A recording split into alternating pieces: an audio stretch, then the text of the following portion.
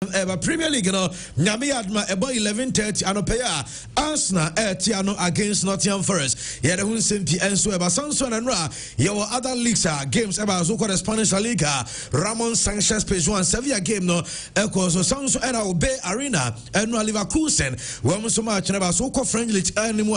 Ever Valadrome Stadium and Ra Bobo Conference and Marseille. Women so much and sweet because on Nino Yabuabo and 7 pair. Yet Abraham any matches so and I think Nyami Sunday games ever so Yadahun some eba will show no son of pair and Asante Kotoko question so Nyami Tuesday, Wednesday, Thursday UEFA Champions League debate match as here and the weekend from and big match snippy ever so sounds and Nyami clubs like one games ever so the Manchester Derby and ever so this very weekend Manchester United against Man City Metie or prediction Oko Facebook Pure FM TV on Facebook Sanka our comment section one say Manchester Derby no who say because now in so many years I feel any Manchester Derby Manchester United is already table so much so at the chain Manchester City Nina on 70 above one yet ever any all the other games ever so yet ever other stories I want Nina above one yet didn't and Bremo Aropay ever so any antenna equisa Premo and so now over joining Aropay a radio a pure 957 FM Sanso and Auko on social media on a Facebook over show no live pure FM a TV on a Facebook now over like over share now comment what drop amayensa and sweating yaka Sanso and on TikTok on our say Chris on a TikTok on sono and pay a streaming live over show be and sweating TNT share never afofro and so sampa yaba I read and so asha for some time now from our studios on Saturdays, but we are back to say Anyama and so them said Yeguso Ayakano, Mufancha Stone, more monitor Facebook and at YouTube, still pictures and I'm watching Nina because of issue at Pure FM Penny Focus one in the shortest possible time and Menkanasa enter one the new studio, nothing no much as the live videos. More TikTok I was Chris A page, Modia Mua could not some idea so a studio. Hantano pay Yama Obibia, yes, and will be a quaba, Ediba Yin Sonos Anopay. A very good morning to you as well. My big brother Akwesi Adomako, now from Belgium. Again, over show the 10 first to be on the show. Now, monitor on a family in Yenchia Ubia Anopay, and so a yes, so me say. Ewo Facebook ono pages blinks owusu offer ono so eso show no e free Estonia ntano pay woni unianu mo Estonia nyina no yede ntia enso ma obia na bratio or say Andrews it's me Walcott course oh okay Walcott Charlie, mate. Dear me na yenim komo, dear me na yenim komo. Tiwakot, SO monetization. Of course, all the people are more live and a pair monetization. A very good morning. And so echo edia mobia mo mutie car mo amote taxi mo amote trotro mo so amote buses mo mutu kwano. Ye chamo nyina no pay filling stations awodo mutie show no sounds and shops and pubs awodo no pay mutie show nyina. A very good morning. And so echo Mobia Yampaibo, and it's by the close of a day, na Ubiam Paye, Yankupon, and so etimi answer Ubiam Paye Ediamano, Natchez Asumji, and so Diaba, Clinton Ajiman, also O'Hare from the UK, and when I show the sounds, and I see Bonka Noverti, Bonka Noverti, Skidu, also Manchester is pure. Okay, na Manchester Derby, of course, my Anton Kane. Now, Sanso and Amiji, Amandu, essay watching from Manassas, Virginia, and our show, Kwame Neru, and so add more fire, and so at me, Eddie, about James.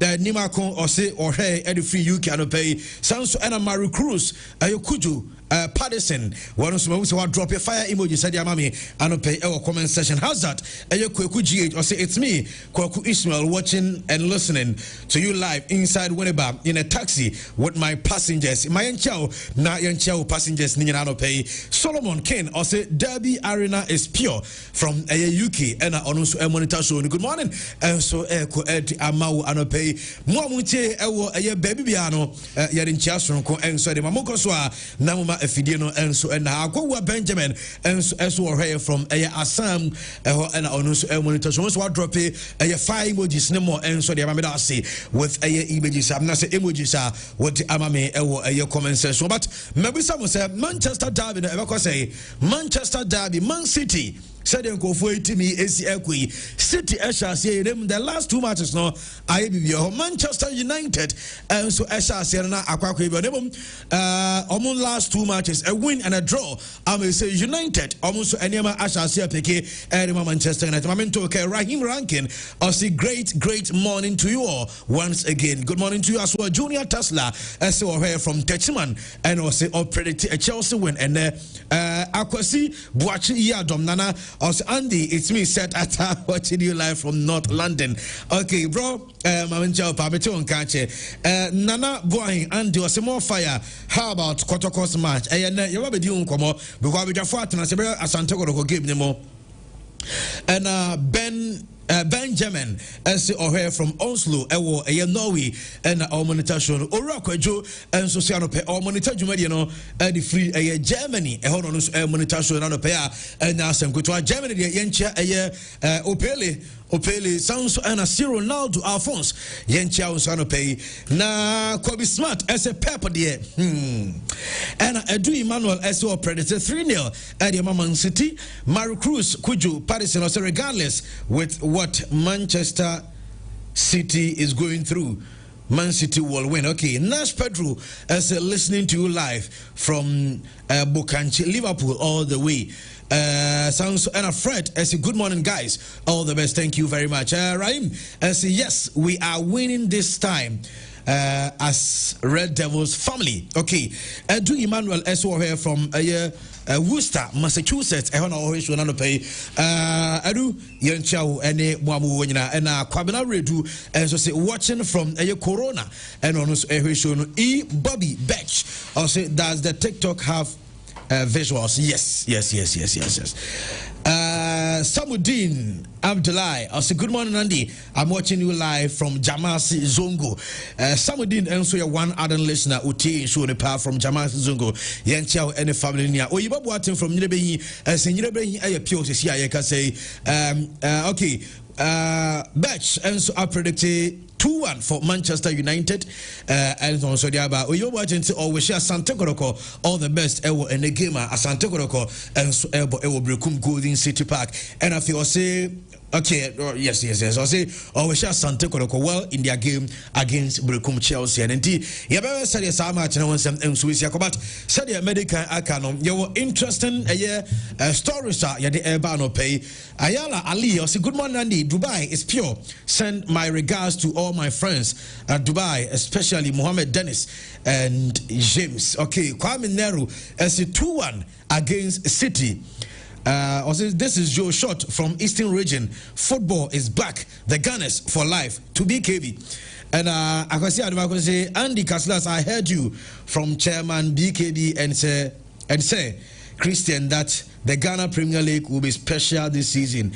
We are waiting, and I think for them yesterday's game was okay. Christian, maybe Sano Nana Kwame a champion as OTA a free tamale and Anope and Afe a Said Yusuf and so good morning Kessie and Said good morning to you as well. Or say or her inside magazine and or monitor a show Mamefa good morning so Emma also any Umamuti a show well Apia Ebenezer or say Don Kelsey is pure. Sadiq Mohammed as or here from Bahrain and obeying David or say early kickoff Arsenal will make the job pure.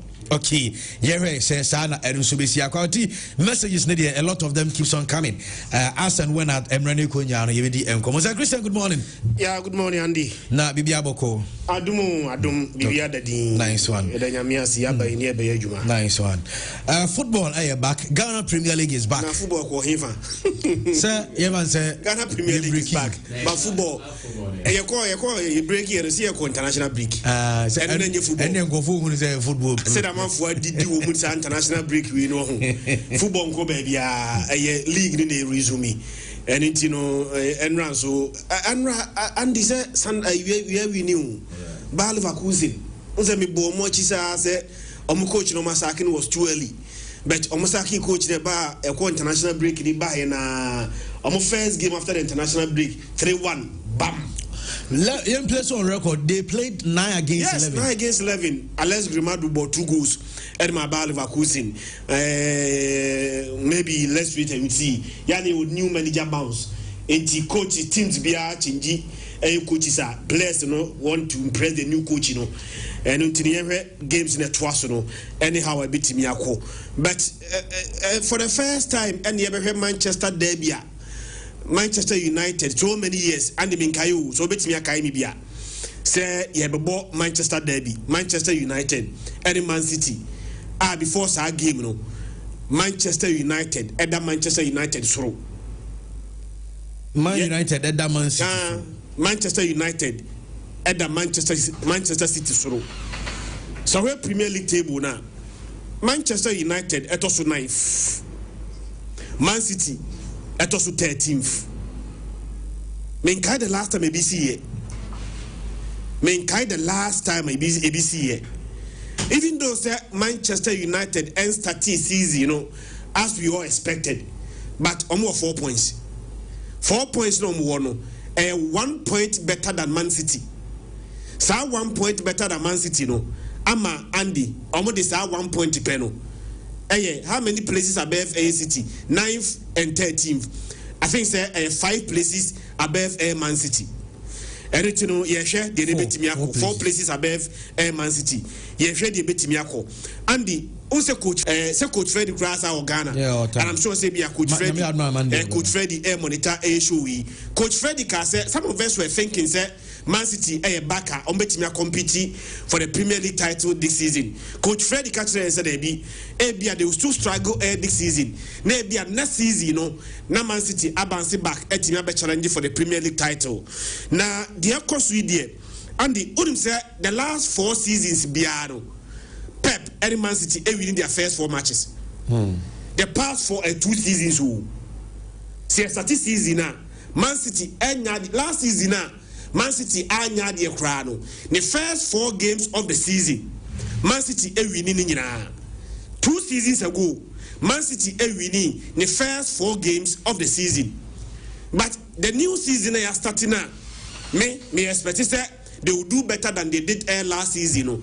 Andy, you have 3 matches. Man City winning 1, lose 2, and then City pa and a Pep.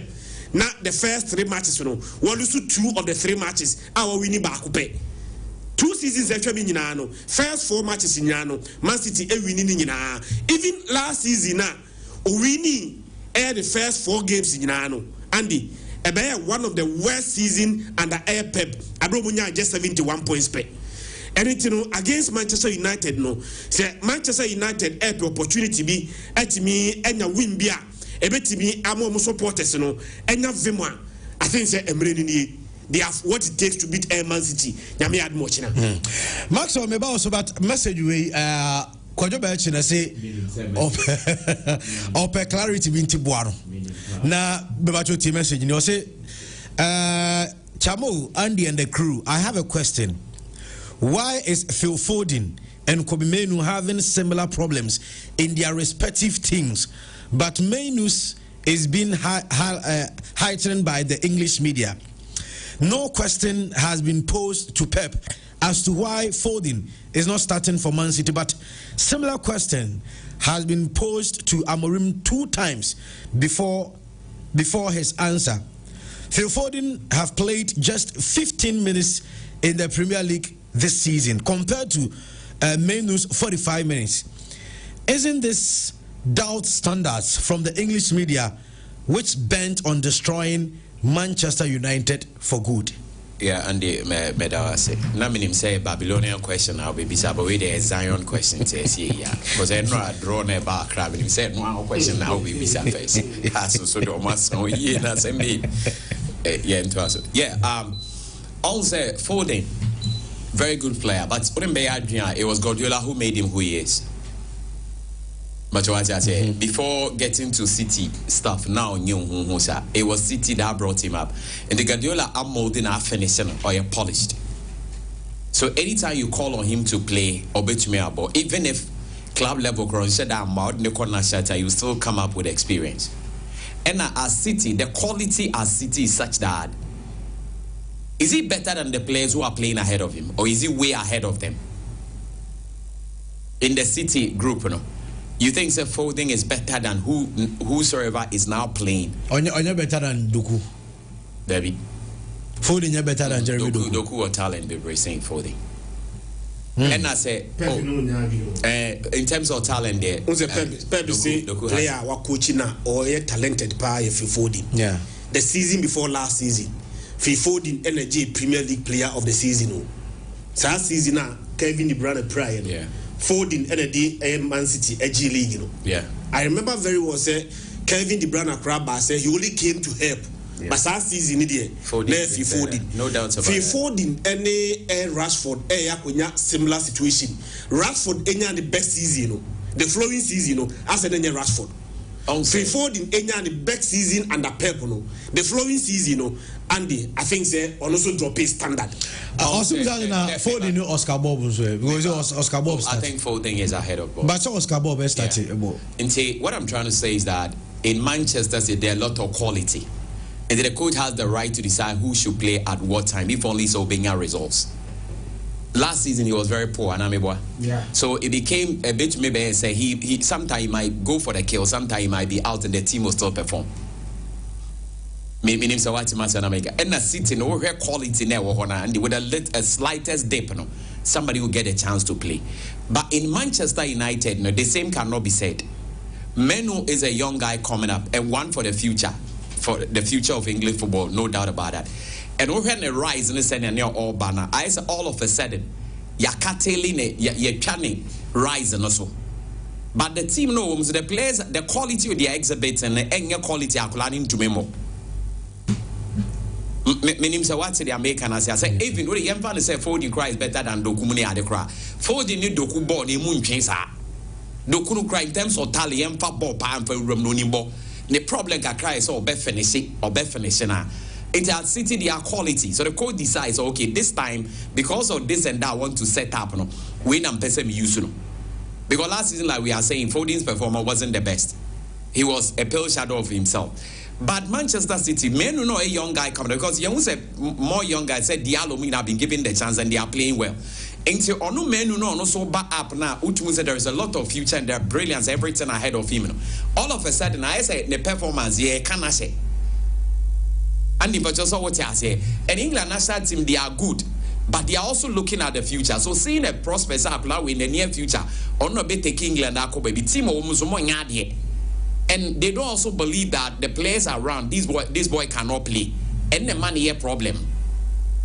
Meaning so what would they major and the money be a bit of a problem. And yes, I Andy anytime an English player is benched there, media no more coaches but the reality of the matter is Andy, clearly speaking, I think say the men who know is one for the future.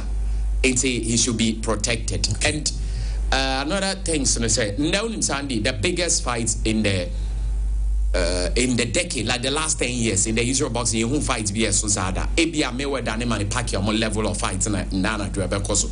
In Tiabai Birum. And I just as all can know Yagni. Memma Chris and now. But not club and Ebia real free because you also watch as a club football is back. And see who's a teacher for the we slide we are no down into the microwave. It's a no as a club football is back. In Tiabai ready a bit to my hand. In every Benfica started your man. And I have Team Lamoni ni bonu kra nye team kesebia team na say the red card. Yeah, no task at all. Mo hye wangu. Me da mani ti na mbehwe ya. Na me man hwe kra me. Otamedi ade a oye. Na man keeper na nko. So head this inform so ye dey. Dura man for ni magusi. Okay. Ben no asa cried and now wan hwe. Eno am hwe bi. Oze. Eno am hwe bi. Me hear from the start. Nana when you say no the first question has match drawn and because 7 is all Babylonians. Babylonians near there. They crowd on some quite a majority go. Oh, say, Jesse, you are to see the word you said, just anybody but over quite heavy. He said, oh, we ask you. But my uncle has a Andy Mammy win Quanaco. Has answered winning. There be nice as I'm some first game. On Sunny idea has Ozamika, ye can send you now one funny. Has they need Omunia spiritual direction. On the season be almost started pre-season now. BPR shows that heart is going. Almost and rap. Oh, midway be sent never video mean to be supporters. Almost a house in number 2. Until you about 2 no. Omunia Pro. Omuni striker and Tomukofa striker for Bambeka Isa. And a 7 and rank 1. Omu win. Omu say heart and Casa midway Omon town winning first match. From 94 to 2024 was 20 years. In that 20 Omu winning first match 10 seasons. And not Omu winning 10 seasons. 10 seasons no Omu winning no. A moon 9 Omu Jeleg no. And but also would say in recent times I have saying Jeleg no. When him say first match Omu winning, it's your Mababe 7 to 8 years. From since 2027 and 2022 na has the leg yeah 2017 the last time has a folk evening match they won it's true before now no one winning leg in the back that was the 2022 DM it had okay but when you compare the last 2 seasons say we improvement the last 2 seasons in has lose first game of course last season some lose first game to Basake Holy Stars. The season before last season, they are way to RTU, and RTU for shame 1-0. So the last 2 seasons before this season, has Lucy their first game, and you know from a loss to a draw there. On the face of it, I'm also telling you that lots of folks say, "Omo win your first match, Andy. I am almost all difficult to win the league."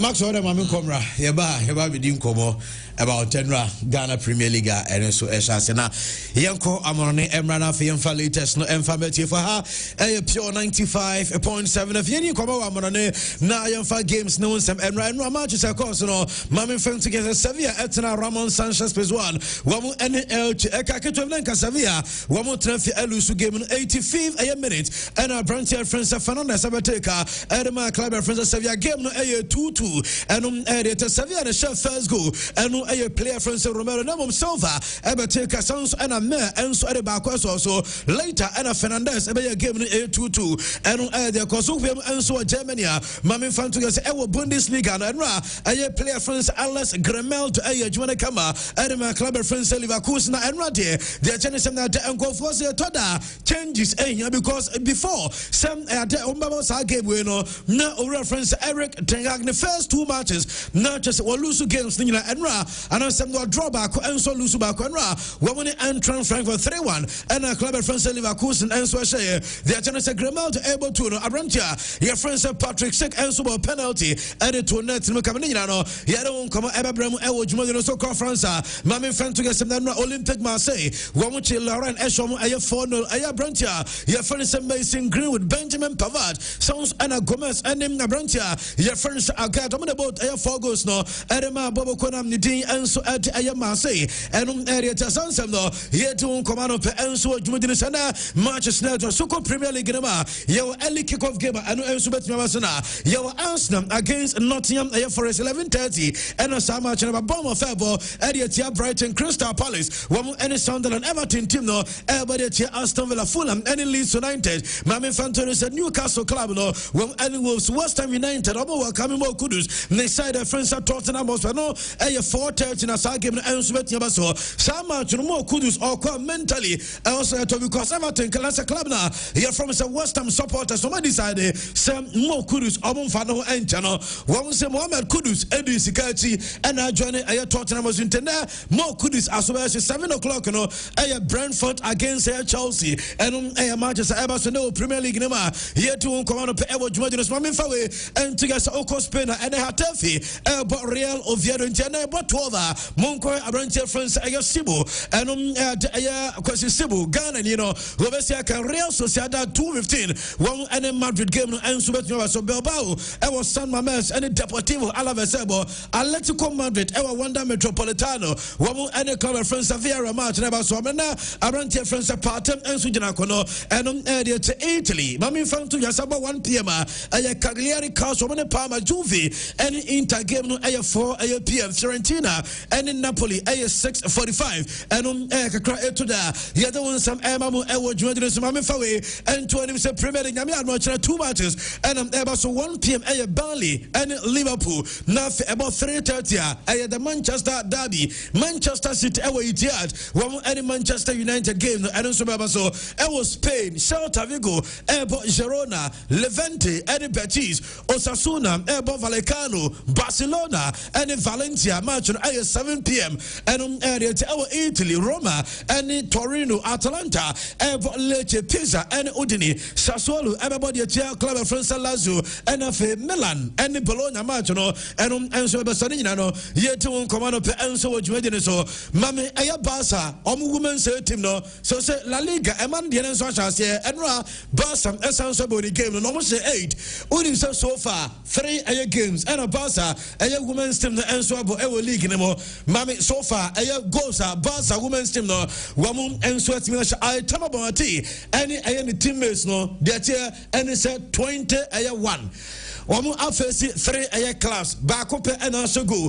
Ediatia Barca women's team no the say offer Boba women's team Barca show 8 one finish go Editia club of France Barcelona women's team no and Adaba Yatawon some Emamu and Ram almost also winning game now this has winning Emamu and so and Kakra na Mami Kocha your friend is Kasper a Holdman up anyway and Omupamu Eric Tenak I didn't free Leverkusen one and about to key over and so Leverkusen no and for the first time this season now win Edema Leverkusen club after sir na Omubo 9 against 11 na Mami fa went to your opinion in you and ni team no sounds acquire you want to guarantee said the medical care no almost say toda changes and so necessary because now I am the runner your friends at Tanaga to no we be just say Omatonto place name the manager we eba no wo ento player bia emfama no name the first game was a 3-1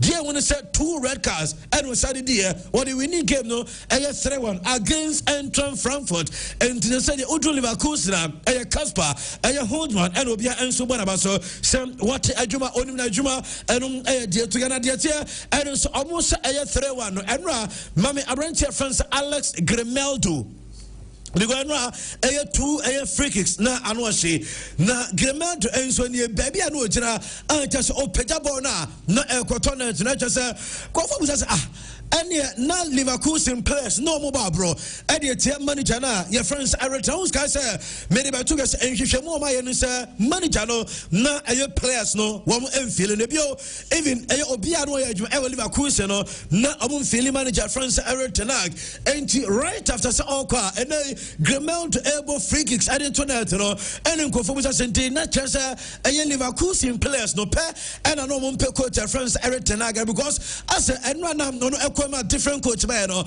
level no and so you different and no different mobile yeah the one some Mamu and so you the son of pay Mami Barca player Rafinha not yet in home come out of places here because Rafinha so Ballon d'Or players almost deserve a Ballon d'Or now earlier not Rafinha and so your candidate 19 hours Ropana reporter me say kind of pay say yes Rafinha say Otis and Yami on the 22nd of this month September next week so come as a Ballon d'Or a listen ever na Rafinha the top 5 onimwa bacho emano enyowa enu a latest I mean second some wamanya and so Rafinha one here top 5 no Rafinha enya part of a top 5 player na enkofo as in contention certain say empo obeje aye Ballon d'Or no ebetimi about say the top air 5 na Rafinha enso enka top 5 no enum aye reporter menya yete eba mu enso adwumade no so na mami player friends Lamine Yamal and the family so sana Lamine Yamal no so wonu enso tia planning said ye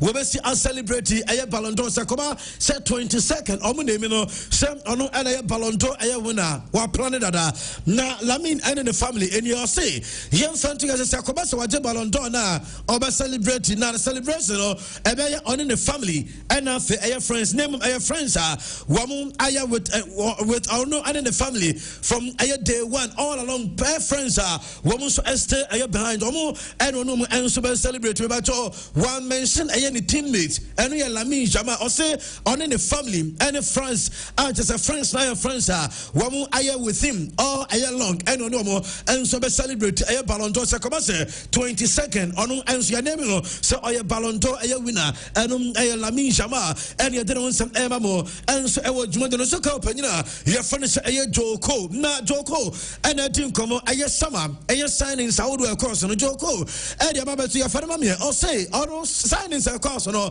yenya aye signings akasia because Liverpool F Alexander Isak Wamufa Hugo Ekatiki Wamu Elto Florent Vertania de Chelsea and so making signings aye Joao Pedro Elba William Estevayo and so Bayern Munich and so for to Sam Brentford your friends Luis Diaz Nico Jackson Madrid F Trent Alexander Arnold Wamu F Brentford Nidin Adedin Haisemo aye Alvaro Carreras and Uko Barca Wamu so eto aye players nibi ata say aye Barca and so signing goalkeeper aye Juan Garcia and identity players no and so move by name according to Joko also on the best aye signing say F players and some managers no aye opinion your friends Thomas Frank ni move from aye Brentford to club friends Tottenham Hotspur according to our friends Joko or say no aye the best aye signing and aye jatia yet emamu enso adwumadi so Thomas Muller did the birthday and then the former coach aye manager friends Pep aye Guardiola fanama me na yamon komo Pep I wish Abrantia your friends Thomas Muller a happy birthday na always happy birthday no and aye Pep and your baba to you say no cry what we are saying say player be say Thomas Muller obia ni aye profile be o say we as footballers we are saying obia no one ma obetimi aka say we say aye Thomas Muller Pep as Thomas Muller aye baako pena one of the greatest aye players in the history of aye Bayern Munich and of football in general Abrante friends Thomas Muller what the can aye sa category no and aye according to reference Pep and this sound commander yet emamu enso odwuma so Trent mema opanyi be friends aye Jason aye Aito na opanyi we Jason Aito why adwuma pay and ama Arsenal as assistant aye director aye Arsenal team no was several under our friends Edu Gaspar mame fa we ento yesterday me say council and say and Rebecca say Brighton one technical director opanyi friends David enso empenifo and no enso party aye ways diamenya and so way and oya the likely aye opanyina the club of friends aye Brighton for no the favorite candidate or no eba technical director at ama Brighton and Jason Aito and aye later server the other one some emamu enso adwuma so Fulham aye players and obubusa omo say omo enemy the greatest aye Premier League aye player na aye Fulham aye boys no Abrantia your friend Sam aye another players ni nyina no yenya aye Nigeria for me enu aye Samuel Chukwueze Abrantia ne din enso ade aye just a boys never be na obia enso eka the greatest aye Premier League aye player na mama yenti aye names no players are na Fulham aye boys no enso na bi omo greatest ever aye player yenti boys greatest ever Premier League player. Right, I know I about conference of Fulham omo players so their names near Kamel Kosana kwa between aye Henry and Cristiano aye Ronaldo I know aye diaba the other one some emamu enso adwumadere 217 so yemfa dia kamnen so ntigana opanyina your friend say Carlo Ancelotti aye coach Edema Brazil national team for not to mame na yenin komo obukobusa Carlo Ancelotti some aye players ben enanka tama o coachi obebe pass and kobe coach sa players no na aye Carlo and mention aye 2 players just nenko papa so be coach you one or say Francesco aye Totti no person coachy aye Totti and afa player friends aye Neymar Dos Santos aye Junior Neymar and so no person coach Neymar de there or still opportunity so betia coach aye Neymar because no aye coach Neymar Brazil national team or betia coach Neymar bra Neymar Neymar Brazil national team Neymar yenti owura the friend said Don Carlo on air players nanko bepe say obetia coach or say aye Totti and around your friend said Neymar and nanko bepa nunca trainé ha sido Totti me gustaría treinar nunca he entrenado Neymar ma está querendo puedo tener la oportunidad de entrenar a Neymar. Enti anu Portuguese no era bra enso urugum chase aye Totti na nko peso coach no Neymar enso no peso coach no Neymar de dey sell medical ka no opportunity na also betumi coach Neymar Totti de no eno na you say de utun say akaste aye atasa eno aye de tia ye ti onko na Don Carlo minya report of pedi ye say waka chem Brazil aye CBF ne say nko bepe say World Cup 20 aye 30 one eno nke be sa coach aye Brazil opanya wotre World Cup no back wo nyame adwan next aye year Brazil ever represent our US, Mexico and Canada. Opinion say Ori and on Zanodia. Brazil for not qualified and also we are opposite 20 30 FIFA aye World Cup no onwa ebe coach and ama aye Brazil on national team opinion not just our planning long term stay as head coach and the Brazilian national team and on aye report to ja here to command pe ewo so no Benjamin Pavard and ra at 20 minutes and onyan first goal and my club friends Olympic man say ofri aye Inter and a PM aye man say no game no Oshego no and register the second goal after set player na Nadine Enso at Mason Greenwood about penalty on a 10-minute no aye Pavard Enso benya go on the 20th minute just when you going to when the debut goal Enso Eddie Amabo choir friends Marcelo no kwa Mame Fantuga say naive agant Enso aye defender Wofri West Ham United and choir na one so enya the debut goal and the Bafaja Grealish atos mame na you because ono energy Premier League a player of the month of August na Jack Grealish our Manchester City United and Jack Grealish and they over PM Everton and even na ekoye and so my branch friend said Jack Grealish in Tenra and I'm also a representation come the mana when you say Jack Grealish a man of the match and my Everton a club no a teams are and I say player of the month no clubs are wamukuta different players just omoji a player of the month na but to say analyst no ACT one I Manchester United pana since you started Premier League no omukuta different players omoji a player of the month 23 different players and I'm man of the match Arsenal etosum 22 different players Liverpool etosum 19 different players Mami Fantoni say Tottenham and etosum 15 different players Chelsea etosum 14 Everton etosum 10 Man City etosum so Omodian 9 Newcastle etosum 8 and Aston Villa ekita 7 etosum kono and clubs omukuta different players one man of and I say player of the month no diaba yet mamu enso jumede so mame fa we entry say mame around here your friend say personal Kimpembe on say Kimpembe every PSG chisem no enso every French league na ninya report say enyame aduma PSG game against Lens no PSG mpenfo decided say ombe bibi kakra enso e ma play because all kono one answer that enya proper send off via Amfama around here friend say personal Kimpembe nti weekend one everybody tell Lens enso be pay tribute and the defender was still out club no enso che and dia yete won some mamu e wodwuma so na mame akra friends Robson Junior yaka Robson Junior Robinho and asa Robinho ne babema I don't know obobo edema Santos na akra no odi some na me can say say okoni idea say Chelsea players no follow and will follow mo Chelsea players Robson Junior follow Chelsea players no more just John Bayo nimo and I say okobia any followers nimo wa follow Joao Pedro wa follow Estevao Willian wa follow Andre Santos wa follow Cole Palmer enta kodano enkofo say kamia ko say monya Chelsea obaba because I can say Chelsea players players will follow ba Chelsea players no more and diaba yada won some mamu enso dwumade no sanope afe mame fa we to Barca coach I friend say Hans Flick unim say Hans Flick na oyem ada no owo ban UEFA Asante no Oni ora your friend say Marcus shock almost Sanche omo Tesenenka Barca for him say almost first game was this season Champions League Lenka up anyway and end match them Barca appeal here Demet and say UEFA for officially one left sanction on Hans Flick and your friend say Marcus Asante Barcelona game against Newcastle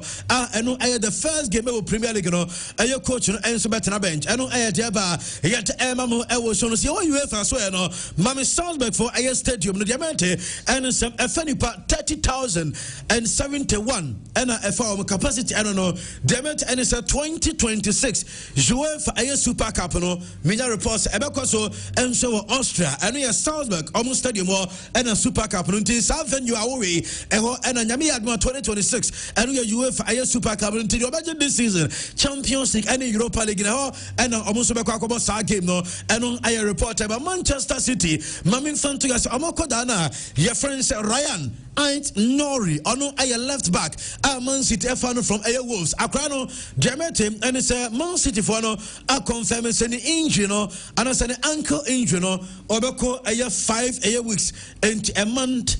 Autism, the a 1 month over, and a branch of friends Ryan ain't Nori, a left back, no Man City, Eba Messintiana, and as a Yamiadma Sunday against Manchester United. Now, one out, and Diaba, Mammy, 2 players with Axel Disasi, any player friends Raheem Sterling, and none of them, and from him, Raheem Sterling. So, about coach now, friends Enzo Maresca, I likely so by sounds another opportunity. Amukobusa Enzo Maresca, and Ross some Abrantia friends Raheem Sterling any exude says Omania team's anchor one sounds of a catch on the team one manager no SCM fans together there is no way Axel Disasi any Raheem Sterling Ebeka Charles almost quite na Christian Dieu and it's a manager and say you started this season Akrana friends Raheem Sterling Nani Akra Enshin so who a Raheem Sterling Onza Sterling any a Disasi and you any first team training and you know so first team training we ansana Ensoba manager Sterling this season Akrano Raheem Sterling so and I just want to be £300,000 no and no day Nami Adman next week Obasan Sokoje and Diaba yet Emamu Ewo Jodenosuna Enzo Maresca and Kobusan on Ayako Pabo Comedica Becatro so Pabo Yamusa started training Ewo Koban Yakobusa coach Enzo Maresca on Ayako Pama also or recover from the injury Yente coach no and their Abranton availability no Yente Enzo Ayam Maresca on Ayako Pama. Cole took part of the session yesterday for the first time, not the entire session. Today in the afternoon we have one more session. We're gonna try with him if we see if it's okay. Otherwise, he will be out tomorrow again. Is this a case of managing him, or is it a case of an injury that he's got and that he's now fully fit? No, he was injured. He's a recovery from the injury, so he's not managing him. It's just a recovery from the injury. For sure, in the moment that he's available, we also probably need to think to manage a little bit him because of the amount of games. Eno coach France Enzo Maresca Mubusano say player no say any injury name recovery ti nyasevia omo manage na branch and recover from the injury nti said Michael say was started training no and a coach no Enzo a confirm Sanse no na mami around France Erling Haaland why and about the European golden boot near season AI and we artificial intelligence Enzo a predator see about season no player France Erling Haaland na almost Haaland about 36 Premier League goals this season and according to artificial intelligence no and they able to say Haaland and about European golden boot no and this season and diaba yet on command per Juma Arsenal coach Mikel Arteta and so didn't come on Bukayo Saka become now Abubusa say Saka Nottingham Forest game and Saka Ebibobiana Yente Arteta and Sanchoni and Chesenra I want to pre-match na say and somebody to your on Bukayo Saka. In terms of Bukayo, he's a doubt then, or he's out completely? He's out. He's out, okay. So, big games coming up, obviously, in the Champions League, and then next weekend Manchester City. Are you targeting either of those for him? Let's see. He's evolving really well. It's with very specific work at the moment, and the moment that we increase that load, let's see how he reacts. So he's not being ruled out for the next game and the game after that? Not yet. And with William Saliba? We did train today, so we will have a decision to make whether we play him or not. Well, that's good news. Very good news, yeah. Coach, I confirm say Bukayo Saka and a game out on William Saliba. Manager say woman arranging training here and decision number take say wababo and so when I say good news, yes, good news pa and on yet ewamu ewe jumedi so yin ko matata fa man ko so na so na atata area to just season start here no the first 3 matches nanka ope 9 points ni nyina na wanyamu 6 ahano Nina a sad defeat to a Liverpool or say a hand pa. Because then open 9 points. Nina Copasa, Yabawiam not a first 3 matches before international break. Nanka are the 9 points and a Kodemum Olusumu Miensa, Ejema, a Liverpool, a Yadia Ehano, and according to a Yateta, and what the San Samno and Sodia Figana, Mammy, a teams are Omukuta lowest expected a goals from open a play. Arsenal then Yakacha was a set pieces now. So a list and so Arsenal the second lowest team. And I said the second team are the lowest expected goals from open play. So pass ball no create chance. I question the answer there no free kick ever na corner kick ever no mo answer about to come. Now obenya list no answer. We who Arsenal wamusum the expected goal and some expected goal from opening play. The attendance at West Ham 1.84, Leeds United 1.74, Wolves 1.69, Brentford 1.67, Arsenal 1.587, and Sunderland 1.829. And Arsenal for corner kicks now, set pieces now, and no the Juma, and yet and so prime analyst, and some etmia predicted a Premier League no teams no will be a chances. Na Fatos Mami, na you come prime for the end of the buy. No, I'm say young fan to say oh so far. Yomufa ayo obia matches awabo any games academy obia before December obia matches awabo any book have na said the games they be see almost say Wamu add the name Liverpool almost chances so mu ebaji Premier League runti Kwame Poku CID aya Potoji aya boutique Elma Sterling mo Steven. According to a prime for almost Liverpool, it was 50.05% chance. Some Abaji Premier League Arsenal, it was 23.44% chance. Chelsea, it was 10.22. Man City, it was 6.25. Crystal Palace, it was 3.65. And Newcastle, it was 1.8. So what we now will be at the chain, Manchester United and Tottenham Hotspurs. And no, Diaba, yet Emma, it was Medina Sanope, Mami goalkeeper, Gianluigi Donnarumma. Fanato Swami, na yeni kumotona Roma weekway and was started training with a club from Manchester City. Now Manchester Derby no ever so and mukobusa Pep. Sir, a Manchester Derby no a James Trafford and I said Donnarumma and about them and I say young fan to say Yanina Yebehu Yan Sunday Ebaba. Na awesome market no Emma Man City chance Emma Mufa Eya Brentford friends Donnarumma 26 years no see incredible experience with a big class and of a national team. Na also Omanfa Eya Donnarumma se Omaya Diana Edison because Donnarumma no other qualities Manchester City Bobo Kurunti Yanking Sunday lineup or no and you say Eya Trafford and I started and I said Donnarumma and making a debut at Manchester City. Okay, Calvin Phillips why a Man City player Calvin Phillips on you now only since 2023 or more ball and from Manchester City.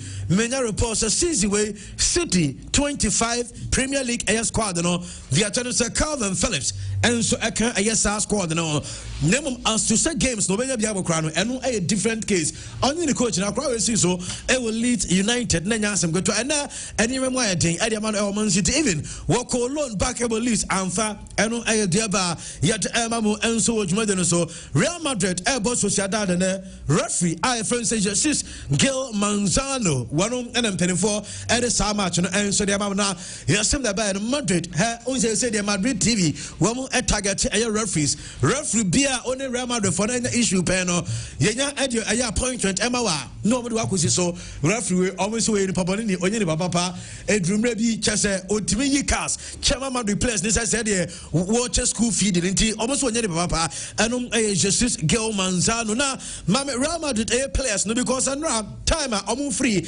Madrid e money chem enso San Sebastian you players no Mbappe no chese omu address 19 Mbappe any boys no Dean Hansen and Ibrahim Diaz around Asante Kotoko Sansana Gonzalo any boys no amuna banta na awon so akwa aye play no e money achemo enso ewo aye San Sebastian na game no enso akoso menya reports of Madrid abo front three and fatos mami front three Xabi Alonso person use no menya report say and aye likely sa kodana ye front say Franco Mastantueno over comment ama aye Rodrigo nti dia mentini aye Vinicius Mbappe and Rodrigo bibia say wo and best start as attackers and my club friends Real Madrid and a report I mean Seka yet Emamu Ewood Medina Rosam Edema Real Madrid and it's Antonio Rudiger Efa the medical report to Etoswami na Yoninko because I am Madrid for Nra and who publish yes wamu good news Antonio Rudiger Aquacopra Ama Demete and it's Oko Bosome Nyensa 3 months Rudiger entry Emabo and Fama Aya Real Madrid Tenra I am not a report on the by the medical partner and I'm confirming as a branchano Wamukoya Aya test no medical services no matter a diagnosis with injury and just no Aya Jetia I would say a anterior Aya rectus and on the left air leg no and no Aya Jetia yet Emamu Ewood Mami games are Rudiger Eba Messi just 3 months no edoso pa matches when you know Rudiger entimi MOB and Fama Real Madrid team no against Sociedad and against Olympique Marseille against Espanyol Levante Atletico Madrid Carat Amate Villarreal against Getafe, against Juventus, Barcelona, area Clasico, no Rudiger out, Valencia, Liverpool, Rayo Vallecano, Elche, Olympiacos, Girona, Celta Vigo. One say game against Manchester City. I know, and Abia, Rudiger, and so bet me I recover.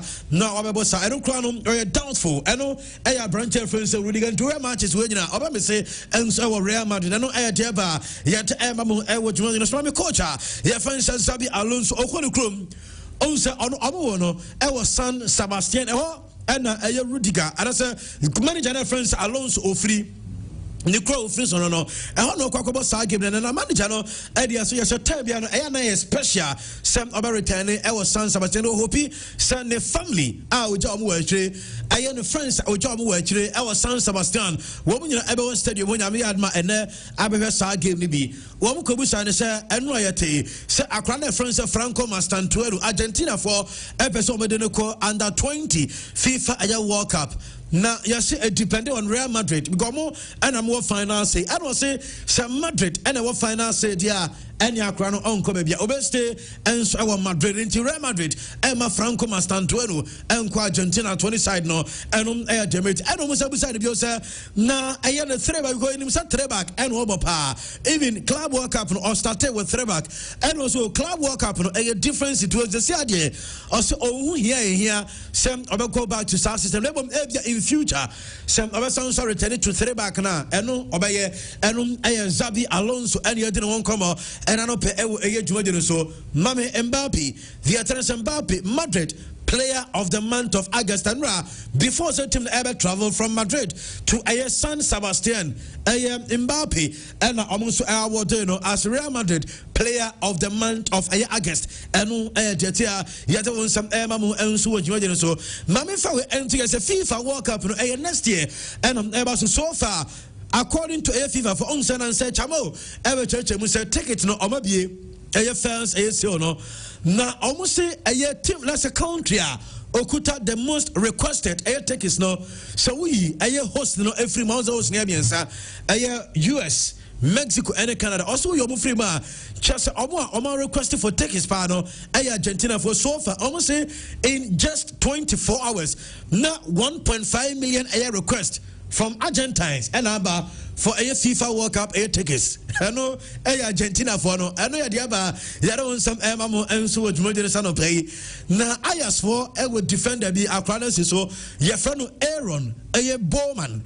Now Mammy Aaron a Bowman. So I could na 10.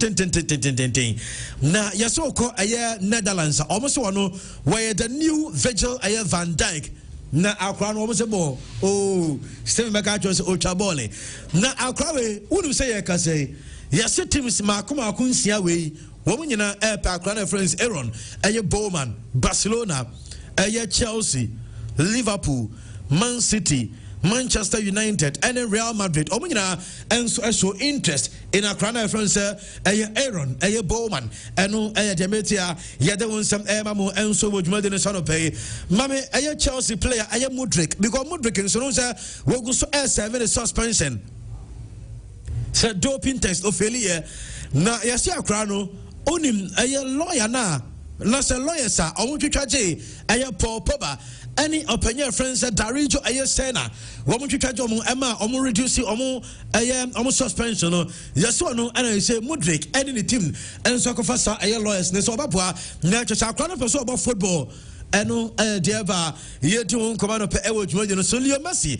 mame fa we ento anim say oko PSG a mame Messi on say Messi ekobo 2 years PSG na Messi na nkasa after 2 years no or be 2 years nani anyeda sa 2 years no Paris France nani enso anyeda ana no pe dem tell say you see club you from say PSG we say Messi eligible so metin include no PSG Hall of Fame after retirement mami PSG Hall of Fame no Messi ni mami Hall of Fame no say Messi enso kwan ana so eligible kwan da say Messi retire woman enso betimi ni Leo Messi akwa sa inside no woman enso betimi that Hall of Fame enom diaba yada won some to ya Karim Benzema enra made the story Ebra Benzema and it to ya Ballon d'Or no e was called Edema Lami Yama said last year or company Edema Vinicius Junior na also so beside say criteria by and also has to edit the best player every season and also to another also your trophies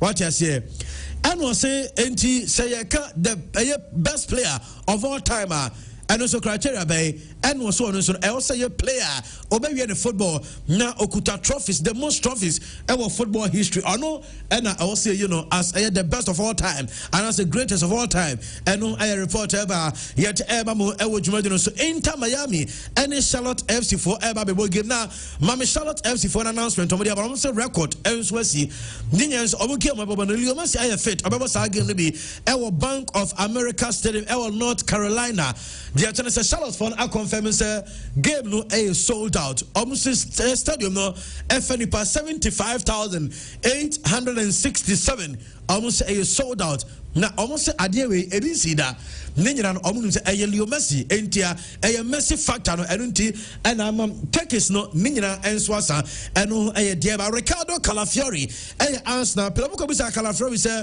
ni teammates no hwan pa and an hairstyle the best and also Noni Madueke na Mame Madueke the new hairstyle just what they were asked and as an hairstyle no Calafiori in here on said the hairstyle the best Brentford friends and Noni Madueke and the Thomas Frank coach Edema Tottenham Hotspur Kobusa and said Bissouma say our crown signing situation is here Obeka team no and our coach and say ebe surprise and say at this time player be ebe free the team the mun teacher say Bissouma a part of a squad no okay Martin Brightwaite former Barca player na Brightwaite say Barca for when treat you Messi you crack Messi pa Brightwaite I say Leo Messi now undeserved acquire Barca for the first no we heard him say at least Messi ebenya opportunity no about the last game our company because I had Messi no undeserved oh yeah and was Messi ni se unim nipa o say Messi a likable a person and or sound so supported obi ano say Messi o wan nche o ma feel comfortable and Messi very calm or say Messi as a player there and you know and Ebeka obi anim say oh the greatest of all time and Messi as a player can outside the football Messi no said ye usiti o obi a brand wants to power pa enu ayen some Martin Brightweight and so area to ja yet emamu enso wodwuma so na eye ana slot any coach and friends Pep obi as the striker and they heavy Trent fasa image to so me na me fa nwara me bra bidwafo so e na yenim komo sisi because and I know and ana slot e dey to just say the best striker e wo wi ase ebo e dey Liverpool Alexander Isak and then no komo sa e Pep sa wate say ana slot as the best striker wo wi ase no e Abrantia your friends Isak and also Erling Haaland a little bit ahead. Also Isak a exceptional player.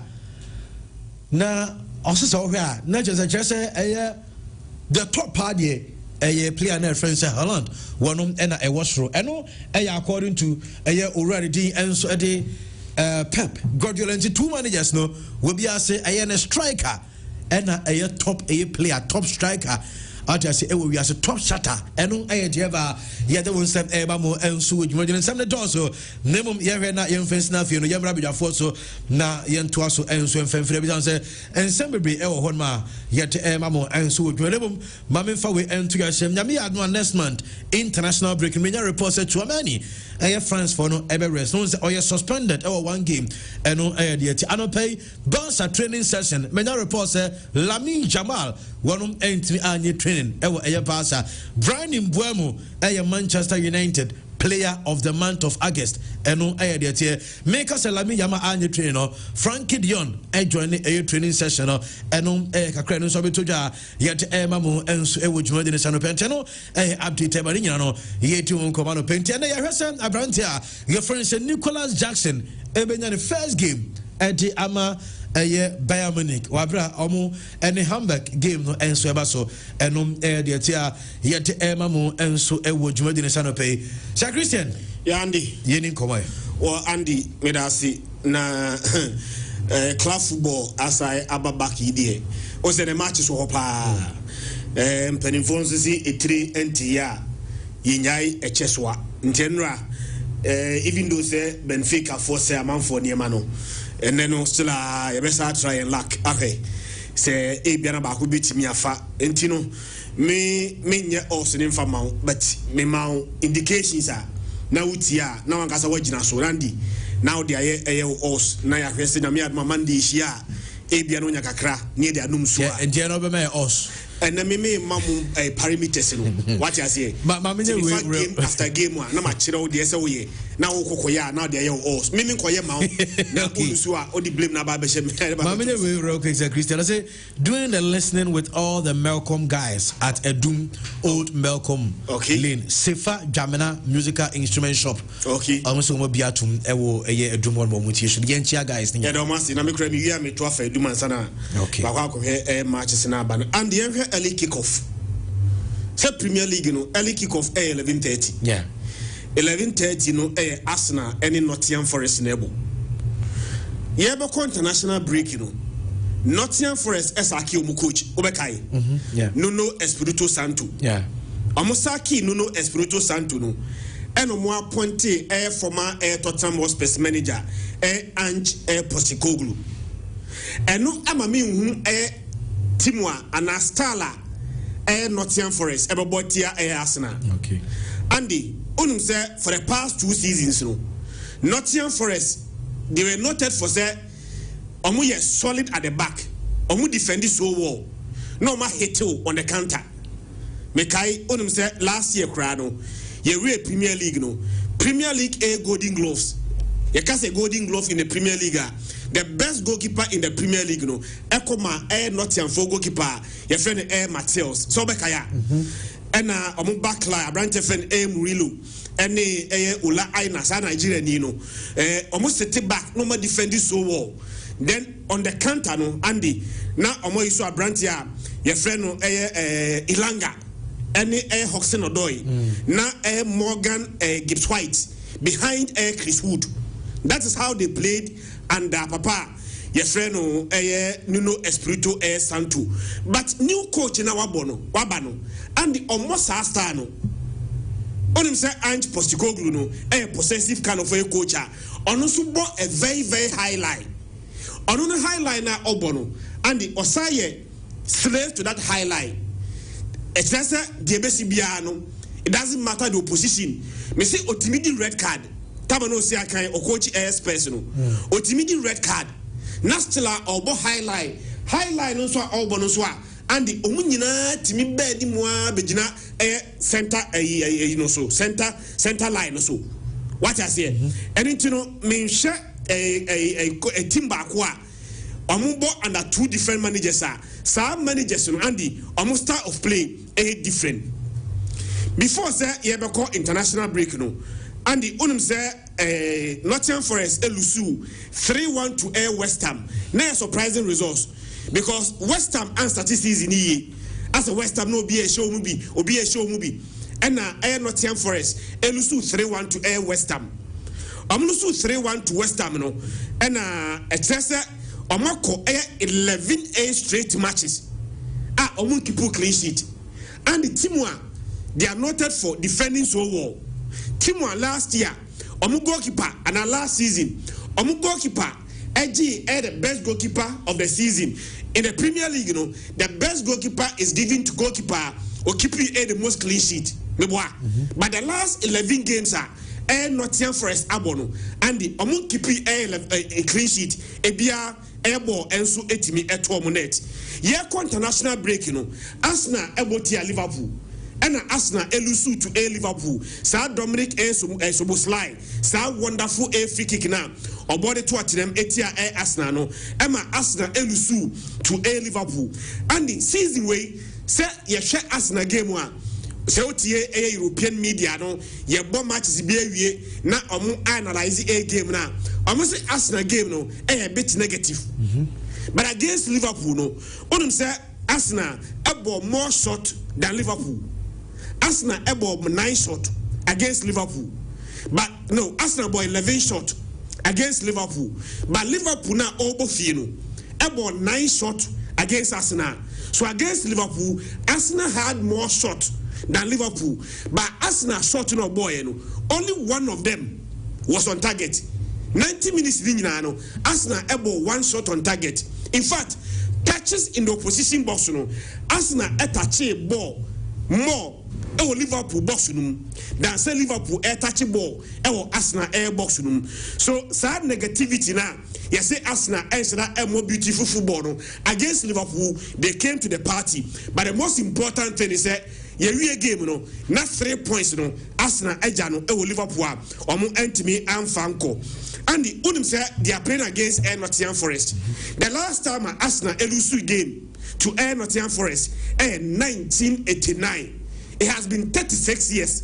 And an Arsenal able game. Na say opposition Nottingham Forest game na Arsenal elusu. Since then, say Arsenal Asia Nottingham Forest biana and the Arsenal 1 yard ye draw and Arsenal any kofi. And I'm very sure say Arsenal elusi the last game to Liverpool no. Say Liverpool NBA 3 points gap. Say Arsenal unique game Liverpool boy Burnley. Yeah. Liverpool be winning against Burnley. Say Arsenal winning game na Liverpool frasi be gap na nisa. Ebasa catching up. We say early days there, but Arsenal will be doing catching up. I'm very sure say Arsenal will try to bounce back and win the game against Nottingham Forest. Team news what the kaka. Say Saliba out of this game. Saliba Osha French media na almost your 4 weeks. But over the English media now, almost say less than 4 weeks there. But whether 3 weeks or 4 weeks and a game now Arsenal and Nottingham Forest airborne. A Brentford William Saliba out of that game now Arsenal airborne. But the Arsenal panicking say, who's the Liverpool Oprantem no one a boy Christian Mosquera. Sa Brentford Ben Andy why should I good in one masses or pass Litmont test no 89 Sa Brentford Saliba ni hono mo a sa almost square a ball no boy tia Liverpool no I'm sure say Arsenal will just fit him into that position now obetimi abo Bukayo Saka enso out of this game Bandi say Bukayo Saka out of this game there why na perfect replacement for Bukayo Saka say Noni Madueke so share Madueke in the international breaker and the England ball game at Serbia Bola a Brentford friend Maduke no and he was just wonderful. So bet me I replicated the same performance out bomber the English national team no edema Arsenal dia maybe Arsenal Mr. Brantia your friend Bukayo Saka. One notable news ni say Bukayo Brentford friend Zinchenko Arsenal player obo loan edema Nottingham Forest say player now obo loan for a different club Premier League regulation, you know, HS untimi montia o mother club no. Etine Nottingham Forest board no mo no. Brentford Zinchenko na why Arsenal player obo loan edema Nottingham Forest no and the untimi montia Arsenal and based on that intino and I'm going for Arsenal win and maybe Arsenal to score over 1.5. Arsenal better there. So open simple way just go for Arsenal win. So open us Arsenal win over 1.5. Okay. That is the answer. And then maybe Tuja. Now the next game, Chelsea ball away to Brentford. Chelsea any Brentford no. And what are there? I say intensity. Say Chelsea first 4 games in no. Against London clubs who. Chelsea first game was against Crystal Palace. Second game was 0-0. Say Crystal Palace London based club. Yeah. Chelsea next game about Palace Vienna. Sa game ne pie 0-0 no. Chelsea next game was an away game to West Ham, another London-based club. And a Chelsea kwase West Ham e kanum ama West Ham eti e kanum baako. Then the next game at Chelsea boy no was yet again another London-based club Fulham. And a Chelsea Fulham e kamienu a Fulham entimianti. So the first 3 games at Chelsea abono, all of them against a London-based club. Yeah. The Sato say Chelsea bought Brentford. Say Brentford another London-based club. Yeah. So the first 4 games are Chelsea bought into the season in against a London-based club. Now, dear the can say me Chelsea call club walk up no. Any dear Chelsea call anything no. Na best start season no. So who beside me say teams bend the bet me Premier League now. But the Chelsea can and the Chelsea started badly. On him say first 3 games, you know, Chelsea lose game. They've drawn 1 and they've won 2. 2 no win here, no. 5-1 against West Ham and 2-0 against to my friend Fulham. First game, you know, and a Chelsea 8 draw him. Andy, only the second time in the last 7 years. And at Chelsea started Premier League. The first 3 games were winning 2. The last 7 years, you know, as if you know, see a started season, you know, Chelsea bought 3 matches. Now 3 matches, you know, Chelsea winning you know. Again, Chelsea bought Brentford. One other interesting fact is that once you started season, you know, Chelsea considered 1 goal per. On a Crystal Palace 0-0. And a couple West Ham or say West Ham 5-1. And a Chelsea conceded 1 goal. The next game, you know, was against Fulham. Chelsea should almost say 2-0. So 3 games into the Premier League, Chelsea are conceded just 1 goal per. Meaning that the last 15 games are Chelsea abono. Emu 9. Chelsea etimi ekipu clean sheet. Now they are playing against Brentford. Brentford na Chelsea bono. Brentford winning just 1 game in the last 8 games against Chelsea. Brentford started season here. Mikai said the first game was against Aston Villa. Brentford Aston Villa kabakwa. Aston Villa entimianti. The second game was against Bournemouth. Almost Bournemouth Bournemouth entimianti. Then the last game, surprisingly, Obianim said the way Brentford started season, you know, beating Aston Villa, beating Bournemouth, you know. The next game, you know, was against Sunderland. Not Brentford, everything we need game, you know. But a game, you know, sa week, you know, upe team bakwa, or Jura man for Niamaguya, na Brentford. They lost 2-1 to Air Sunderland before say Air international break no. So Air Brentford fixtures na Air Bana and friendly air fixtures because about Chelsea the next game will be against Manchester United. Then they play against City, play Liverpool, and then they play A-Team. Your friend A Newcastle. News na no. HS one shot Brentford friend Kupama no, and yet likely say Kupama ebe started at the Air Chelsea. Say Kupama air started at the Chelsea. Me medica can say we Chelsea players in player me feeling pa Kupama. Chelsea best player to in my own estimation Brantia. Your friend A Kupama. Say Kupama available there. Eka Kupama bonne 10. Now Brentford friend Estivayo. Any Pedro Neto afa on the flanks. A Brentford friend Liam Delap epra. It onya available nyame adome game na Chelsea bono. Say Liam Delap epra dia. A Brentford friend Joao Pedro ene be lead attack no. Na momo say a Brentford friend Kupama and start game na. Me na be coach na. And come the Estivayo number 10. Now Brantia your friend Pedro Neto any Ganacho up on the flanks. Now Brantia friend Joao Pedro no lead the attack na nisa. Me sure say despite everything Chelsea boy away there. Brantia friend the Labra onya available. Kupama nya available there. But I'm not expecting Chelsea to drop points against him. Your friend Brentford. Brentford in the Premier League so far. Upetimwa wabo fewer number of shorter. Brentford able only 24 shots in the first 3 matches. Team Bia able Premier League no able shot than Brentford. It's Brentford attack no and so that any quite convincing. And against Chelsea able home no to a large extent. Chelsea anya their crime this in that game no made a draw Edima Chelsea double chance either Chelsea should win and that's what draw side game no. It's so qualification moi me catch no a double chance team one your friend Chelsea. Burnley boy tia Liverpool. Now, Maso, unim DSC. Liverpool are in 3/3. Say the first 3 games of the Premier League. Liverpool winning now. Now, say Liverpool are 4/4. Be only the 3rd time in the Premier League era. I started season now. Liverpool are winning the first 4 matches. The last 2 times are Liverpool are winning the first 4 matches. No.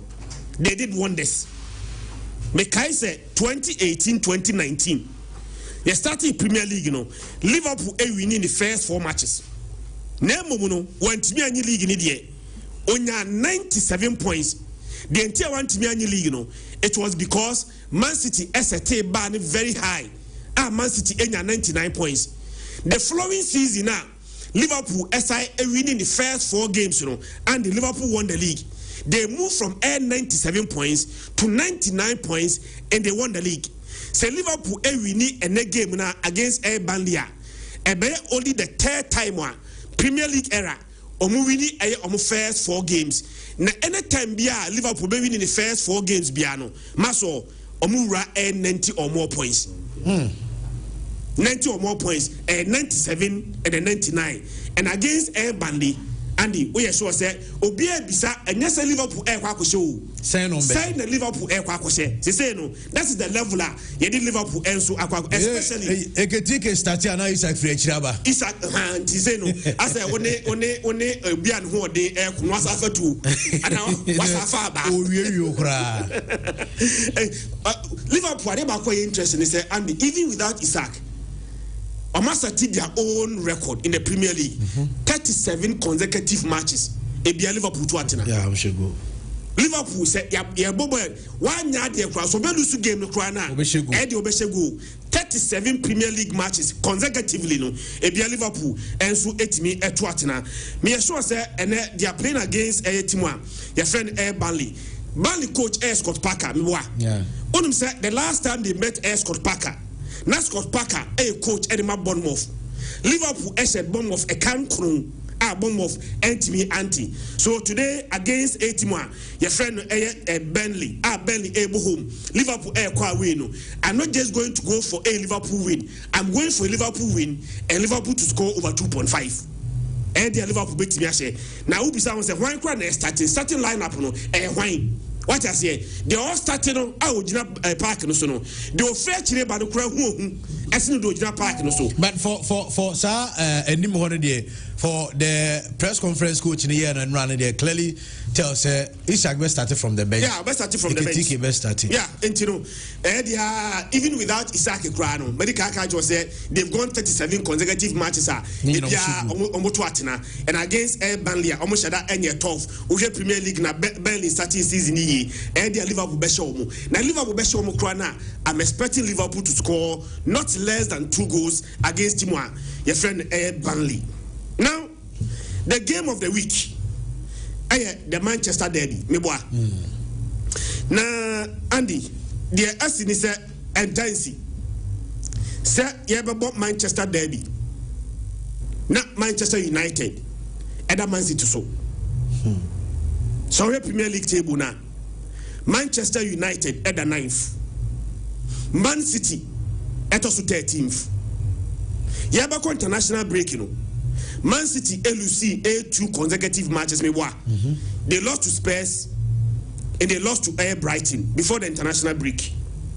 Andy, the one said Man City enya last season crano or winning the first 4 matches. And the crano so the season yeah. Very terrible season. Yeah. But even that they won their first 4 matches. In fact, the last 2 seasons I have Man City winning their first 4 matches. By about 3 matches, Man City winning 1. Elusumienu. Nandi, unim say share points are available. I was say you about 3 matches, right? 3 matches available points 9. City under Pep 3 over 9. Unim say me record me history name starting system no. And the worst ever start by Pep as a manager. Pep starting the coaching career in Nano. Baby, anyone more Pep acquire. Yabo 3 matches, 3 matches no. When ya only 3 points out of that 3 matches no. Now, dear when he said Manchester City and we need a game now. Omulusia, they are going to set a very unwanted record. The last time you started season Manchester City LUC 3 of their first 4 games, you know. Man City equal relegation. That's what I say. See, started Premier League, you know. The first time and not the last time you bought first 4 matches. As our first 4 matches, you know. Man City LUC 3 of the first 4 matches, you know. And the 1995-1996, Man City got relegated that season. So City bet in the league now. Andy, the only time our team B lose 2 of the first 3 games of the season what team you are Koso Adi League, you know, and the first era of the Premier League 1992-1993 and Manchester United you bought 3 matches yet they won the league.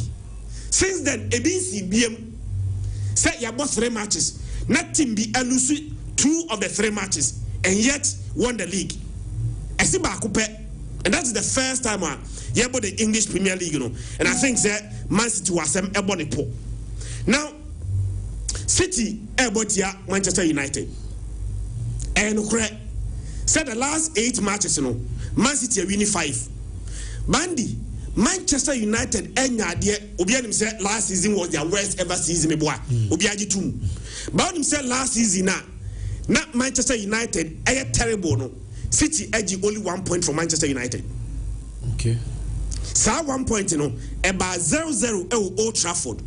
The return leg now about so Etihad, you know. Manchester United share Man City 2-1 Etihad. So even last year, Manchester United struggle ya omunya worst ever finish, you know. Man City and Timmy over 2 matches, you know. City only 1 point against Timmy. Your friend Manchester United. Now Andy, semina me manager na me line up na.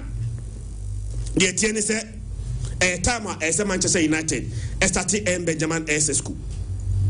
What do you mean? Yeah, Premier League na ebono. Upetima abo shot pa.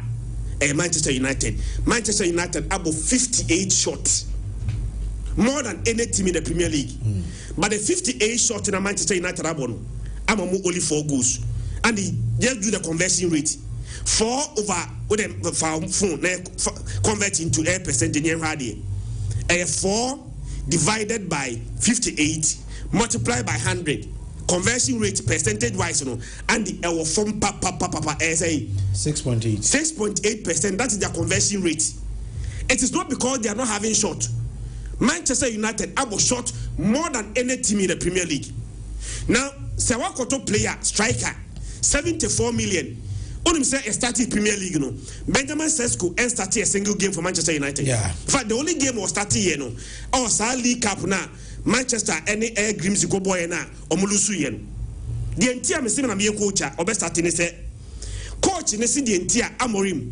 The entire Benjamin Sesko and starting say and the no like air fixtures me boa. Yeah. By a international break Onum say Obama air Slovenia. Slovenia able 2 games against air Sweden and Switzerland. All those 2 matches I Brentford about 90 minutes for air Slovenia. So say Otimako international break akobo 290 minutes there. Ultimate you lack of fitness and your excuses say and the onye ready for the Premier League. So I started the game there and then I will begin to question why they bought him. Yeah. Said the game say a Brentford and Benjamin Sesko team your top striker bia ne board him bia ne bo catch him say me boa team your top striker ne board him bia no e the striker ne bo Benjamin Sesko nko ne ba ya and the 3 Premier League matches on starting emu ba kokra the entire me say eso starting say onim say United last game was against Burnley a Brentford Matthias Cunha ekuprai yeah Matthias Cunha no mostly yana coach they prefer say more like a force number 9 so Matthias Cunha kwa kupra and a Brentford Messi Mount and so in that same game and so ekopeki a injury so me na me coach na dey ba coach na ya limited Bruno Fernandes ni say and obo Bruno Fernandes and Casemiro as a base no I trust a Brentford in Boemu Matthias Cunha and Messi Mount and the Cunha out bia Messi Mount may not be able to play me na me coach na e can me drop me the Brentford no kobi menu Beka Casemiro as a base. Now me push Bruno Fernandes. Ako ka Brandon Bremu na Brentford no Benjamin Sesko and lead the attack no. So yes I line up here. Me so say dia go betimi aba e Manchester United. What the car say United goalkeeper no and the obedem bia Rex. Ntiana why na da. Coach ni say Bainda. And that's with the baby. Manchester United goes on consider no by that mumienu any fault. So okay, how many Arsenal? So go on consider no na any fault. So Manchester consider 4 goals. 4 goals no consider no. 2 of them any mistake. But what are the options? Onana ko. So Onana kwa next coach a goalkeeper no Tom Heaton. So many goalkeeper ba send elements aba. First time or more border. Man City for Donnarumma na beda. Donnarumma ni Brentford and Lamens and look at the gap. Lamens no one up and coming. Oh, kwa say the new Thibaut Courtois of Belgium. The new Thibaut Courtois will need time. And the Unai coach now throw a Brentford into this game one. Why very fair to him. Only English football experience, only top level experience biasa.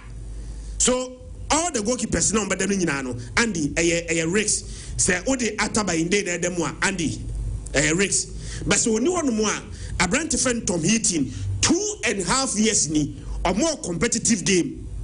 Are you going to trust or no ahead of Eba in Dana? And as a goalkeeper don't after the full now Andy almost 1 game crano you are just going to throw him into a big game like the Manchester Air Derby nana. A question the coach will need to answer. For Manchester City, Andy, I think say injury aha Man City because if you have Man City injury lineup now, Josko Vadio out of this game, Kusanov out of this game, John Stones out, Ryan Ayad Nouri, what the guy and story, so out of this game, Rico Lewis out, Omama Mush international break, Piki injury, and Savino and Brantia, your friend Ryan Sheki, all of them are out of this game. So we have Man City here. The only players that are only available on the flanks, F.E. Foden, Jeremy Doku, and Oscar Bob. Experience-wise, when I'm your coach now, and the Ekamebo F.E. Foden, Jeremy Doku, number Brantia, your friend Haaland, our attack, Ed in the game, we expect City to be able to bounce back. But I don't see Man City winning this game because they seem to be struggling. And I injured Man City one. So Manchester United epic a point against Manchester United, and they will not be surprised. Mira says Christian do say I don't know Premier League said the matches this year. Now this lineup that is Arsenal game against Nottingham Forest. No see and Arsenal airline here for that game and 11:30 early kickoff game at Ebaso. Players David Raya, Julian Timber, Mosquera, Gabriel Magalhaes, and Ricardo Calafiori in defense. Midfield Martin Odegaard, Martin Zubimendi, and Mikel Merino. Attack Noni Maduike, Eberech Eze, na Victor Jukaris, one who sweat me started Eddie Amomona, Oko Nottingham Forest, and so goalkeeper Martels, Murato, Morillo, Milenkovic, Williams, Sansona Anderson, Sangari, Hodgson Odoi, Gibbs White, Ndoi, and Chris Wood. One and so now started for Nottingham Forest. Doggy Kwasi Okawa. I see the match is tomorrow. Christian, you keep saying Manchester Derby Yorkshire. Sorry, Samikana. Two matches now. Liverpool game now. Okay. The Manchester Derby. Okawa. Okay. Nanesian. Yeah, Andy. Over Spain no ga krama na. Yeah, Spain na. Real Madrid game, also 100% start to the season. Although some way somehow Madrid finds a way to win. For me, I think they are not at their best yet, but they still find a way to win. That makes it interesting. And this season, no more favorite because since 2018, Obiano was La Liga defending. You understand? It's a Ghana league now. So if Barca win it, no Bianjin defending. It means that some they might have the chance. But Sociedad themselves, the last 11 league matches, and the winning one, I draw for lose 6. So the form is not the best. And Madrid Sushia, they also struggle. Madrid away, last season, lowest tally of points away. They won 10, almost draw 5, and almost lose 4. Since 2018-2019, that was the lowest. Until this season, they need to make it count. And that thing said, so we're head to head now. The last 13 games on my board, what I know is that 4 are ending in a draw. And as Sociedad, Elusu 8, or we need just 1. So they are very poor against Real Madrid. But this season, aside from Colusu to Oviedo away 1-0, no more games in and they are draw, including the friendlies or mobile. And no more team so I'm to me go. So at home, no, to me but more firepower, no, so I know yet. Of course, I'm looking for Mbappe to score. A player to score for Madrid, Mbappe a huge favorite. Then Alex Romero. And so almost he'll be the man to get those goals, no doubt about that. And the Madrid will beat them. I said Madrid can keep it clean because all season or consider just their goals. So it's not just about beating them. They should beat them by keeping another clean sheet. But I think possible, yeah. Mwambe caught double chance under 4.5 Real Madrid, but Real Madrid win, it's a cool job too. Liverpool themselves. I say Burnley and Casano, they've not been lucky because 4 games or more ball as started season, they will 3 a traditional top 6. And that is not a good news. Currently, they have 1 win and 2 losses. I think they beat Sunderland at home by 2-0. And then they the best they did. But home and Casa are very, very strong, Andy, because since May 2024, draw 9 games out of 16. Out of base 16 home in all competitions put together. So at home they are very, very strong. But Liverpool, they will almost starting Andy annoying. Menyoso said Burnley bet to major Liverpool in him. But there is all a cautious optimism. And he say Macquarie the last 14 matches on my ball Burnley home or Liverpool but go say them number 4. And only 1 or 2 occasions been a 4 goals say Ben. Maybe a Liverpool 4 near na 3-1 kiting in either 2-0, 1-0. Maybe a 2-1, acquire 3-0, and say 4. That is the we have to be very cautious. But I think Liverpool is going to win. Ebikra handicap 1, but because Liverpool odd, so a 1-3-4. Who's a 1-3-4? The Liverpool money at the bonnie at the moment. It's a big odd. If a Liverpool win, it's a cool chop or win over 1-5. That will also be a cool chop. But then Mo Salah and Lil Foster, also the guys to get a goal for their clubs. Barcelona bought 6,000 capacity, and I don't know how they are going to feel. Because team at ABO bought with huge crowd. No, bonus a crowd Neswa. big influence on them, and I really don't know. And the only thing I'm hearing. But also, since 2025, Real Madrid, they could have the best home form. Among winning 10 games at home in 2025. But Barcelona and winning 9. And Omar draw 1 and lose 1. So at home, they are also strong. Only second to Real Madrid in terms of win. Valencia, they are picking things up. Omar draw 1 and lose 1, Omar winning 1. So 4 points out of the opening 6. Because in recent Valencia, Omar struggle. And away, they are very strong. But the last 11 away games, they move 8, Valencia and Lusu. But almost also among winning only 2 pay. Barcelona will count on home advantage to beat them because they need to close the gap at Real Madrid. Either than the Madrid, a bit to me. I think it is something they will not do. Now I can say, Lamine and your training, right? Yeah. Of course. General Marcus Rafa, so a constable Marcus Rafa, go born or born and say general. And so here in one day, on your own, yes, born and money, so it's also here in honorable. And Rooney Badge, so he should be given the chance. He's been registered to also play your Friday said Lamisa because yet Lamin mobile chain Champions League. They be a Barca being a Nike every gas, so but game Andy, it produces a lot of goals. So we hear Omone Sabia and Barcelona and Valencia produce goals. I think Barcelona is going to win charitably over 1.5. Maybe a both team to also score. And so a likely outcome to go. Andy, young quarter world of boxing, Kakra. I'll say in the year 2015, and he had the biggest fight, a fight of the century. A year Floyd Mayweather, any Manny Pacquiao, a coin. So fight ne breaky all records because in the history of boxing, he has $600 million as the revenue. It was big and fight beyond where to say fight, you know. But Andy, despite the fact that the two biggest were big, Floyd Money Mayne Pacman, the whole world was divided. Obias win a bit, but fights didn't live up to expectation. It was a very boring fight. On the day Mayweather was not himself, and Manny Pacquiao also was like I say he was like neutralized or who they are not all year in the ring. But of course Mayweather find a short win in animal decision. After 10 years, there is another fight coming up, and I think I'll have it on the screen. This time, this fight is quite different because Omutu ni that financial appeal, so be pulling a lot of crowd, and this is the tail of the tape. Terrence Bud Crawford and Saul Canelo Alvarez. Currently in boxing, these are the two best guys. In terms of popularity, Canelo, the Mexican, but about pound for pound ranking, the best currently, Crawford. Now, fight with the buy. Crawford naturally a welterweight or a undisputed champion or 2 weight classes. The junior welterweight and also the welterweight. I've saw both Errol Spence. Only first boxer male or J undisputed or 2 different classes. And Nawaya Inoue baby and Alexander Usyk baby. Now we fights no on Spence. And only Jamal Chalo Kokon Tokwa like or Froso catcher Chalo say you are next. Now Chalo ne Canelo Ebeko. Chalo no super welterweight and no quite a Canelo Bruno. Ain't after that fight no say no, I was all try. Into the attendance say or jumpy 2 weight classes and a Kushia Canelo in this fight. And we asked him why, or say it's not about the money, but it's about legacy. I said me walk weight 1. Na me free major weight 2 equal weight 3 akoko.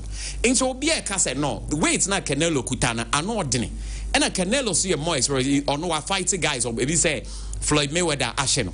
Dimitri Bivol so Asheno there, but Ninano Mayweather they're not a young, they but of course own to many Mayweather, Bivol so or Kosro and a Koji. And this time the weight classes in my fights are yet different. Sir Crawford to me Pulitre Ghana, he's going to go into the books as one of the greatest ever to do it. Because it's not too easy to call 2 weight classes. Ekoshi will be a superstar. Now we're beating him. But Crawford must see a boxer bia. And the Onlusu fighter in 41 fights. Emu 31 year knockouts. Even about welterweight or 10 fight, nina year knockouts. And so no Omuva super welter, your friend junior middleweight, you know. Okoje, your friend is Obu Israel Madrid of Eje into Lusuda. And also more new moko beyond Lusuda be or yadi or bia enye bida. And this guy is cool because in the history of boxing, or a guy be or a different they say boxer be either so we get left-handed or right-handed. That is orthodox or southpaw. But no a 2 nina. To me, it's ready or to make on left hand or to make on right hand. Ne 4-2x is good. Ne ring IQ just next to Mayweather. And you bet me a fight 5 for 5 or no bet to a Tiagina or bet me a fight on the outside. He's a brilliant boxer. But Canelo, no one say boxing more do a more movement is slow. But Canelo is very powerful when it comes to body punches. Or body now how then no more punch are no bad. So this fight, what is going to happen is that say Canelo to me nyane punches right I bet hit Crawford because the weight class is there for a cause. But then this also na misani e be kwa. Wow, we are fast and no advantage because there will be a lot of movement. Any angles out the back on. Into we business you got really learn that. Omuvu Kosrosa Ekobo your president Hagler. Ain't nobody expected it.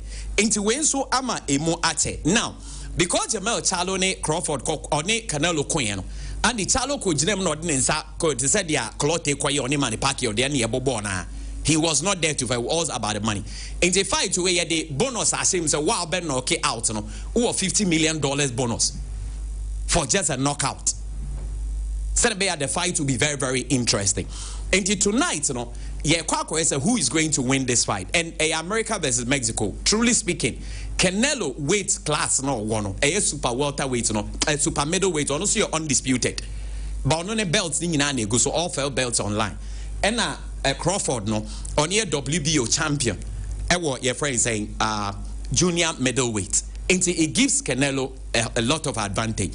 But all the biggest fight Canelo age 9, he find it very, very difficult.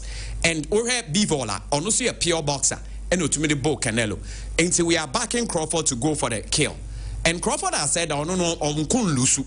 Until more movies so belusu, they should forget it. But tonight he's going to put a trigger. Maybe the Crawford is one of my guys because me will be a brilliant no me woman, say me wear that money and me woman. And this guy who's on no a wrestler. And so no no of a wrestler. Only a guy where there was a time he boni Timoteo and your one and Nante calls to me operating. He's very, very strong. They near Dimpa. Until let's see how the fight is gonna go. By Yenum de back Crawford because there is a way to beat bigger men. No doubt about that. Or be a smaller or a very fast or ring IQ. So then Mayweather also is in contact talk with him on any because I mean you also Bemano tutorials or bet to media cover. And those who love boxing and are doing Memo Bianda is going to be wonderful. And Sir Crawford pulled this trigger there, Massa. He's next to Floyd Mayweather all time, Andy. All right, but I say Max one na Asian and so I don't know yen to us na diaka nyina emra yen hwe yemra fie na yen 5 no and to so ewa ha. Sakrisa mini kan NG with general opinion on the Ghana Premier League and the opening fixture. You remember game nankasa play nankasa so but we talk of the coverage Adesa production edema Muamwe Ewunia TV Muamwe Ensu TV3 said isi ekwadema wono quality of the coverage and also me ya na ehwe with TV3 one of the voice anamete Miaminia Kelvin Uswanso no a co-commentator and it was good. Yeah, it was. Kelvin there, he's always been up there. And you see, you look at the camera quality as well. Any organization, but adia na ye heard him saying KBC the attendance and people are making cases of insure toy and all that. President and Timianko and a person share video viewer platform. They said no, no insure none where President Crab program be or secretary no do baby no say atomic baby no way na president convoy in them one on Monday kwa ti me from me who saying so toss out on I was just questioning myself say president and likely say president no what do you hear president to crowd use ni machines o mu use car o mu use and enye casket wo yeah next one no grant me anko because of the rain. Just imagine the ordinary supporter or Tiffy. I'll need a trotro no befa. And on befa the car. So would drive or car run out drive here. Ebia won use car as big as sophisticated as air car. Ayo man penny use. So since only to me restrict your man penny cram and enti anqua. And they are name sooner toy no. Ebe affect attendance. Me will be an kase in so no any effect be our attendance so. And they say Kruma say and be 2-3 hours before Kotoko's game. Now in so say 2 gidi ya. Me baby am it. What I say? Me grab Yusukano. One shot about this me 2 car say me drive you through a soon no stadium. Etino adeba kwa o ye event a obo mpaye ni say men soon to hours leading to the event. Say you say a wedding, no, say event be a we biano, and the sensuo a precede rainfall a precede the event na yana affecting pa ombetimiaba esa event no. It's minimum for bibba and the ombe wedding plan on the share a dry season no because what the beshe June, July, August na Andy eka amanfo nsamba independence oba no nyadia ombetimi aba ntenra no me wo so di video bi kra to trans platform no so se trend betimi am ensa video na enso na toy na nyensu kitwa enna na president convoy enso na toy no trend o de ye beba ha enso atwa ma Andy unse we hours before the game nte dey even president entimi famumba obi otifia ebia nkoye wede nsenko beba no Andy ediana then so na toy no e betimi affect e padodo na nso nyo bia ne kitaka je so opie be gina abonten wa be fa ka okroma say no ntimi no me so bi kura e kia picanto a we are among 10% of Ghanaians workers among phone cars okroma o anything no kakra bi na workers into majority na nkan meba stadium na Andy e dia na nkan be use public transport video here I should give you a fair idea of how the severity of public transport support akra na oye willing so person obeba no wanhwa onya car because most of the cars in na park do say car atase nya de ombetimi aba you cry na atowi e na presidential convoy ni nemu a na yesi ya ntino we event adeba ko a we against any ensuo nya weda keke wo se ensuo beto se ensuo de to before a event na hallelujah name no hours before the event akabe 2 hours 3 hours to the event nese nso to a they are affecting nipa ebetimi aba event no eni no mame nyusu eno ade no fa excuse how to folk for no say bia no ntire no mantimi ama stadium na and the next games na twaso no ebe measure wo say we dey say nya nice excuse am ma na meboa next game no bia na nsu anto na has folk bofia I'm expecting say nipa de ba stadium enra no we have to see more than that on betime behwe game na timi course no beyond enra attendance in a call form no Andy I was impressed with air coverage before the game no Andy omutimi ma a drone shot ma air crash sports stadium no as almost you saw a LED light be LED light be a stadium no shia omutimi ma sa drone coverage ma air stadium ni nyina coverage I think that was beautiful. And if a year pa don't shot who said usu sa around stadium usu no na dos minim the international you soon intimidate me who light na Cheshire stadium no and na me hu ye and ma de ye fe I was very much impressed and a born and kasa coverage maybe minim say me area na at a certain point as a na in still as a video ni kwa na post na still picture kakra me so me hu say event na but I think say first time no but in terms of camera quality in terms of focusing on baby event ni wo in terms of my reverse angle ka say slow motion adena twama wie na ebia ya hye wa hu go no card BSC wa hu last season no omo amu show go no omo show Ghana Premier League no na omo well equipped say na mani nyina ye hu go crash na se wa hu go na and the unya air reverse angle enya go ni hwe every single action bia na dressing room you know say tunnel on ho nyu twa na camera so coverage was amazing commentating unza de ba ko a silly game no me kai say ye hwe Argentina na no enra kwa na me say hwe bim Argentina and France World Cup final no unza do bobo last penalty no na Gonzalo Montiel the Obama Argentina no Uno asema commentator ne kai I just love it. Or say he didn't start the game but he can finish it. Ose Gonzalo Montiel started the game. On your starter. But on the board the last kick Argentina G World Cup. He didn't start the game but he can finish it. So who tie game na me one of the reasons in tia me hwe game a ya na me pese me nko me kwotena me dem na me hwe no is and some commentators in the canon and the proper insight into the game. Trebiano say nyebia ye na ye event e wa bontin e be kwa bontin se kwa kohwe outdoor bi ne kwa commentary wa bontin a big game biano and in the comfort of my room na me bie speaker ni I just want to listen to what they say no influence how me submit who game no and then I think say both the na me switch it Trebiano ma ba tree so tree ni wo onia na ma ba English both the tree commentary any English commentators no I think they were up there top notch on my proper coverage at their tongue game what I say omo man ko stadium no obi oni TV no at their tongue game man the condo game no the commentators in some omo kan I think say for the first game na me share den right there all those parameters in no and the omo pass here see twice say there then I think the Ghana Premier League this season, you know, be one of a kind. Max, Mamincio also there on the arrangements and coverage and attendance. Yeah, the idea was perfect because for the first time, you had the head of state for the launch of the Premier League season. No? It created a lot of awareness, and for me, I think me bought my basso, and yes, I was shows and all that. But for me, it was a flop. The whole event, you know, was a flop.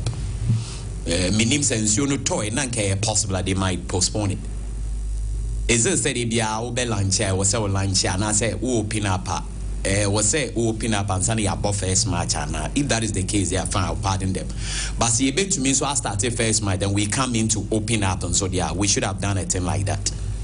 Now because postpone the ceremony yeah for me if there had been a way if there was a way if it is done majority as yeah it should have been postponed but has bebo match no in Zabia had to folk next home game because definitely on be wa cry meaning so what because the His Excellency cannot come out but I think the distance and everything will be something into Accra near be no in Zabia ye be league but has next game nebia yeah yes our grand opening no it could have been done because so we can decide how we want it to be done. It's not always our internal say we always say that knowledge is different from wisdom. Knowledge there is what ABI is your book but wisdom is about what you are giving from above. Beyond the book, what do you do? But just all I say because we say England own say be our national team in Manchester ball friendly, yeah, and maybe your money top now many clubs neighbor friendly. But say Ghana about Black Stars to me Kotoko ball friendly yes. Because the English are not doing it, they'll be also want to culture how they do things. So for me, it was significant. What they wanted to do was very, very significant, very, very important, very, very good. But it could have been postponed. Meaning, Sandy wouldn't make a drain there. Also, for me, it is as a president, Tom maybe no being president, maybe.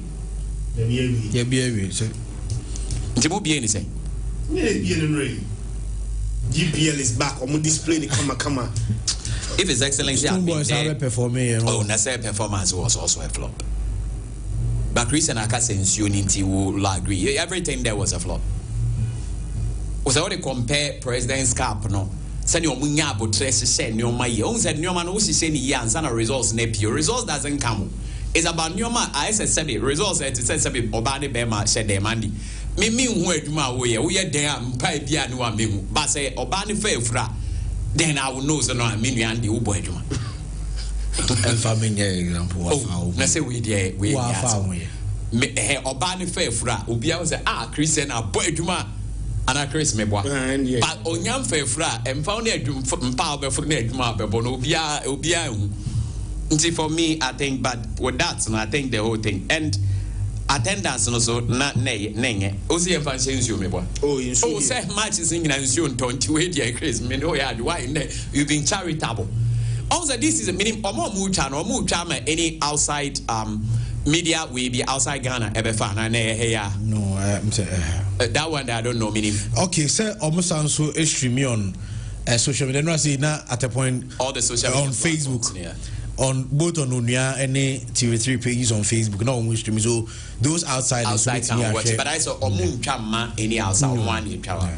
And see the clubs you listen to me, most especially Godogoni Hearts. So more here. Me attendance aside in so they won't mean free. Aside in so. For me, I also felt na publicity no form. And the publicity Ghana and Gasano teams na Nkasambo nyefe no mun promote your games. Na publicity no form. I say FN is not doing this part, but in Ghana born now on teams ne ye. Omoja bibia me FN say FN enye bibi mom. So be ka press sponsors go FN pass gamai. Obe we also we nye FN nye we no. the club themselves, because Oko England no all other areas. They say young England, the young Africa, Simba money adina. Omwankasa won no more yet to gain all those things and if any the account and this is what Masia. Now the issue is this: ye be charged the whole year, my good carry bounce and balls nipa again.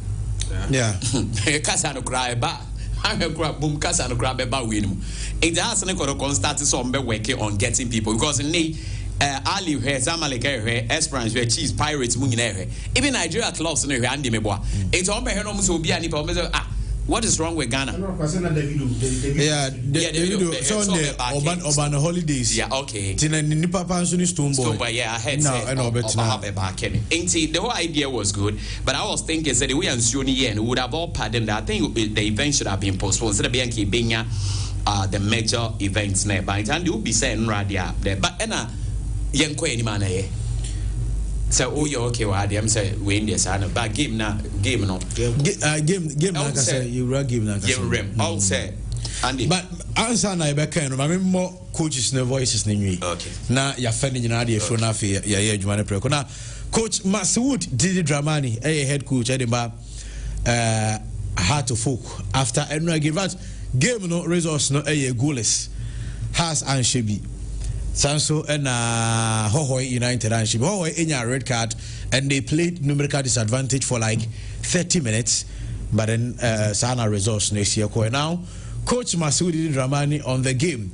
Name 70 be in ye. I say game Nankasa unya a lot of positives offer free and give a caution.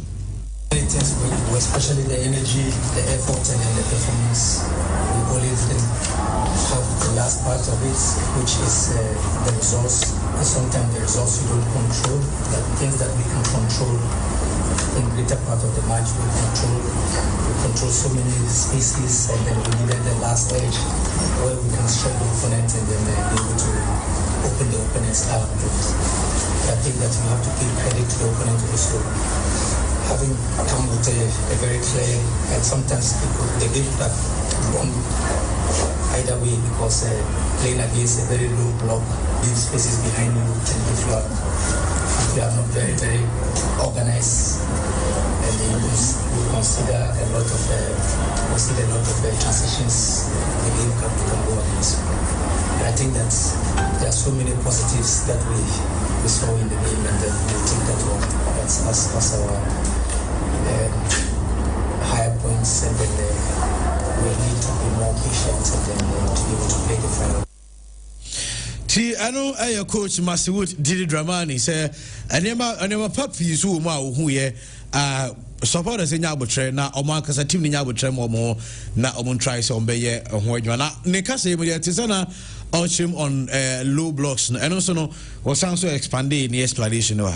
Several times outwitted, caught his 1v1s and then still made the pinch pass, and then one goal goes in, they open up, and then the goal starts coming. If you are very clinical, it's normal. These aspects are so normal in the game that at a point the same team can stay in a low block and still they will concede. It happens. The same team can stay low block and still will not concede. It happens.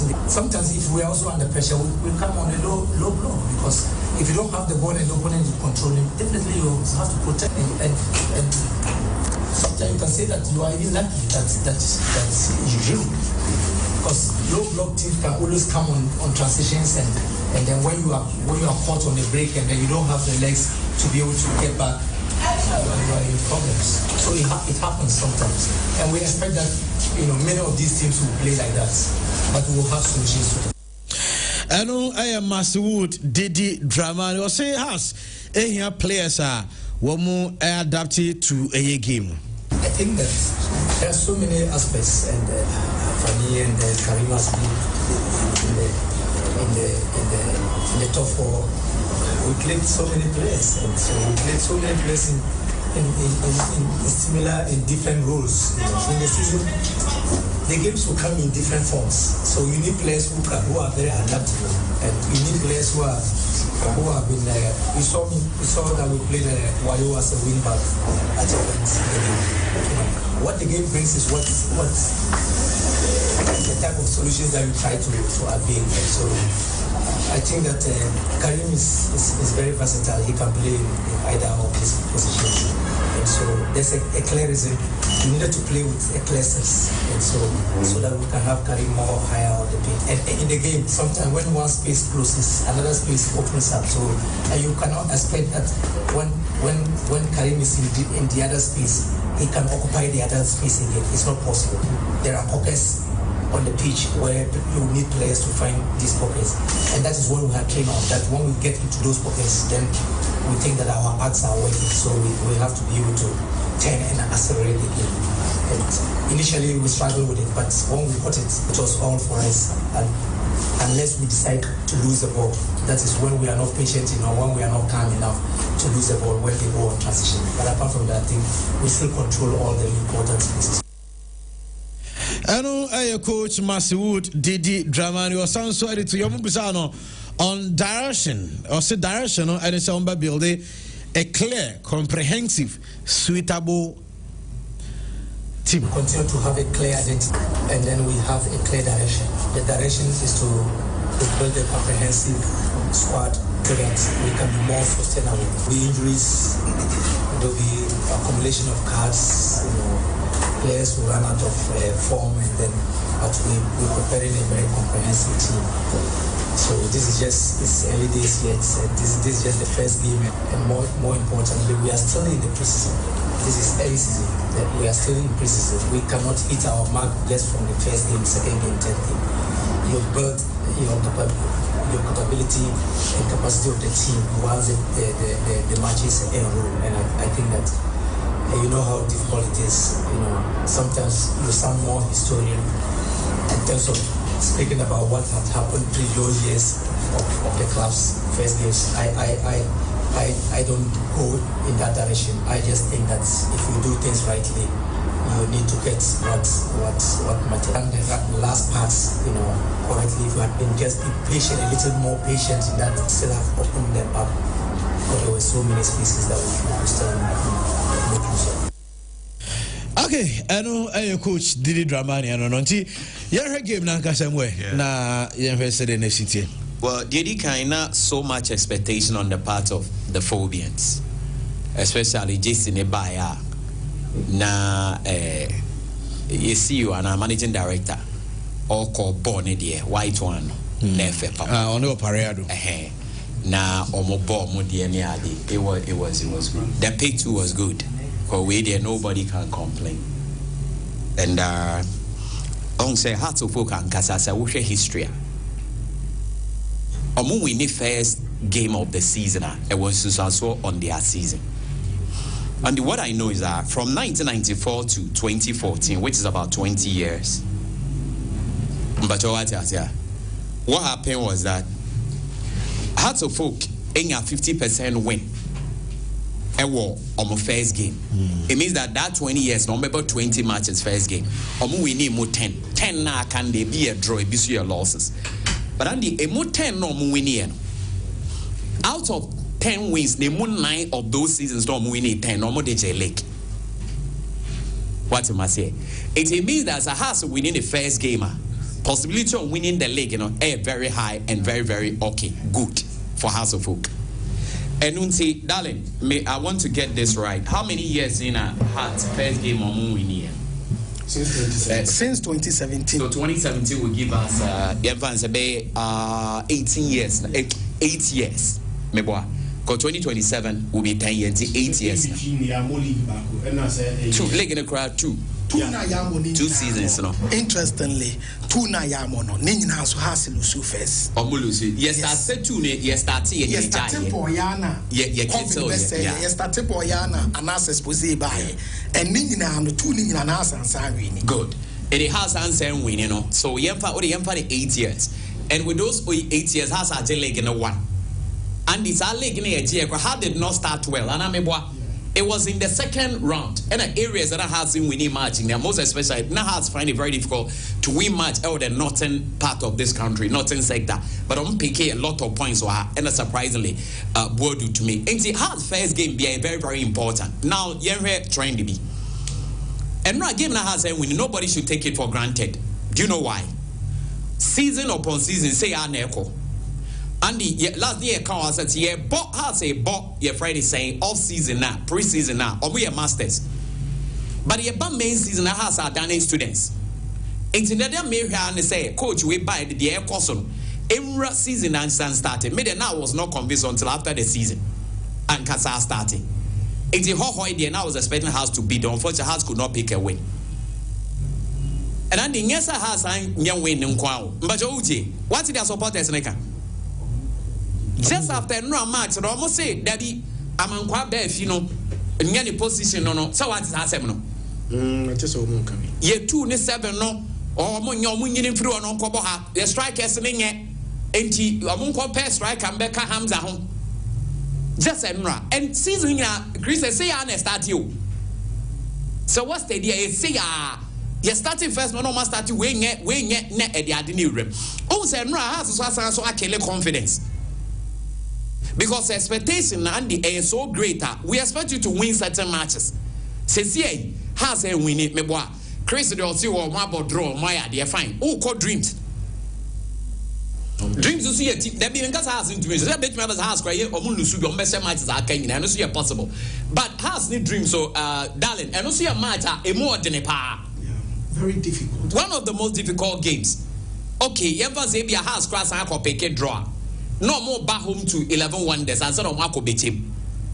In Chris, the first 2 games were pick a draw. No, if for really win excitement, and need one year, their motivation to be police supporters or Mumra. In general match in the house should have won, but that doesn't mean that because House and winning to a Monje League, no. Because 2022 was the same thing, they won the league, but the possibility of them winning the league and get higher when they lose their first. But then again, in recent times, the same trend they follow. Andy said this is Nesako, the same thing, they are Miamen and Tiako to go straight.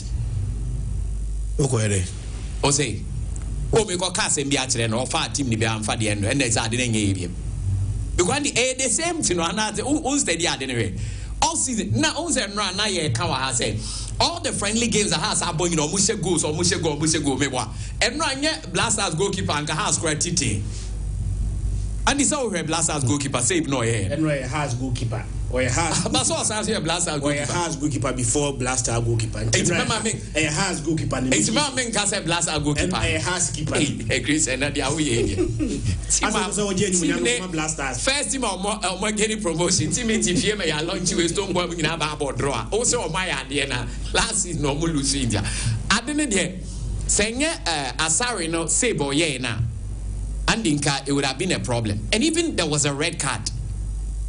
Oh, but don't also estimate. And as me and discredit your friend is saying for no. Hohoi. Technically or mobile. And I'm coach and imagine Eddie. Me pesa uncle for no casa do we miss me no why. Almost a unya casa our coaches ni players. House boy back so no casa. He also spoke very well. Sadine chini papa manipa attention. But na coach as oh I didn't do a normal game. We will be no. We don't talk like that. And then Kamenka grind. And seriously speaking, has to pick the axes together. Supporters, they should all come together and make sure that in their next game they have to win. And make sure somebody to make a put it up. But in our game there, it was a nice game. And how for they didn't come to sit back. Omamba so defend it. Crosses now a pinpoint. They really played very well. I think the Phobia boys played well, but yet again you could clearly see say team na bobo and yet the same team na your friend is saying all season because the zeal, the enthusiasm to really go out for the kill was not there, although they were doing their best. What is wrong with them? It is the same to starting season in our start here. Because the boys na pre-season and no more. And the coach, you know, on psyche boys in the app. So many matches to go. You bought 34 back on the 33. Yes, yes, it's a bit and it's hard, but wait, be brave. And the whole take a crab out, but need to have been out there. And wait, I think see and take it easy. But Chris, my ending come to everyone, and Sana Majama. Andy. Oko Krubia, so I hear Bobo. One man top scorer award. Chris my way Brown team. One man strikers. Our mobile teams be big top teams. Homone Taji. It is a Madrid player and ja. Ebabasa. But could be pen or say team be free. On no grass our player no nyaji. Possibly say team kese kwa kofani higher mebwa. Oko Germany and yesa. Oko England and yesa. Mbacho. The last time I had who play a top scorer of Ghana League game, darling. I am a heart mode 11 years ago. That was 2013. In the 2013 to 2025, as I said 30 years ago, the Don Mahatma O2. 2013, 11 years, a decade, Chris. A decade ago, and a house player to make J top scorer our Liga and Barcelona. Now, Unim Kotoko so there. The last player of J top scorer Makoto. Mbella and a bar closed, but because 1G to 1G. Hey, Alex Asamoah Kwekwe. I don't see it. 2008, that would be about 17 years ago. Anyway, they have to be serious. They have to be serious. I'm not surprised, say, Omuko Africa, Newman to Benko. Ebani said that the two biggest clubs are a war of mine. Kotoko last player Oji go king 17 years ago, Alex Asamoah Kwekwe. Me so say Kotoko boys na ebo ball kra na bi wa yan won say Kotoko more 17-year player e wo team no. So last time Obi so je no. Eno see a 11 years ago Mahatma Otu. Na one the way di piaka. Enti edien strikers be no mo nko akotoba. Omu who strikers when my teams in Keto because dia we see Taylor mu nyina wo Karela no. Omo se be 15 and 16 goals mu nyina we amankwana. Oh, but Boko went to me about why you go how many times? 2 or 3 or Ghana. Ain't that Obama strikers, why not? A rukuto or mom. Now, how do they? Because the way a serious issue. Because on say, team can say, we say goals. On say, Mbella by no or say goals. Nabi big chun say Park and they make a me boy. Tamanako to call the fast track sports stadium. Yeah, starting game now, both say goals, fluid, chini papa. Nasa katsere kapweni e bona ye go fast strike e super club also already o cross the ball was wrong one to me say Kalu Watara Didier Drogba. Exactly. I think our clubs no should be very careful. But I think the game was okay. But men who the zeal need that fighting spirit now boys no want to go out for the kill and run men who and Yembo Hohoi for Abasco newly promoted team. You know when your first game against a big club, look at the stage. Now, what we are exhibiting this game, it means that the season is going to be very, very competitive. But as a folk, we all have to come together to make sure we work together because we know when and get the best of the way for us. Mr. Edusei, Andy, Dirikai, me, Sena and Rap, BY, Darling Pokra, a best 10 days. Mimic, I said the last 2 seasons I started in has a winning the first game. 2 years ago, Tamale. And I actually show me 1-0. And last year, I went to a Cross Sports Stadium. Emma Baseke Holy Stars. Ebe show me Kabakwa. Omonti mianti. To Darling Pokra be extend the course. Say ye Ghana Premier League no call 18 teams no. Ye started 18 team league no. Has him winning the first game with that. First game of the season has him winning be that. On the first value. The Oya House of Fokunia, Obeteki a slight consolation. He said the last 2 seasons in Inano has a beginning the season with a loss.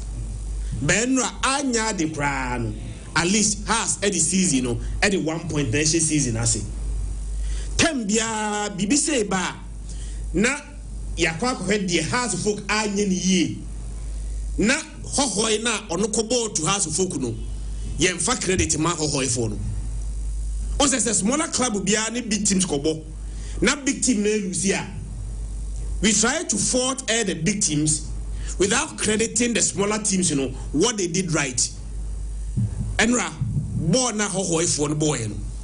If they are able to play that level consistently, Andy, they will be a force to reckon with. Omo player be on the nation omo shakes BB Ransford obeying. Andy, only number 6 you the composer and Omunya Bona Omo 2 ball to the flanks, either the left or the right. Omo attack Nina no sorry to Robin Bona and also a press resistant. As a house of folk a press nana Utimi Jibono or Jibona or Pajanity nano, either he's going left or right. One of them and or 2 ball no call on the right. And when we across the bar, said the number so lekano. Hohoi for no a striker and a pinballer. Senya a branch friend no house of goalkeeper no Benjamin Asari. Ni agility and any awareness and house of folk consider the first goal.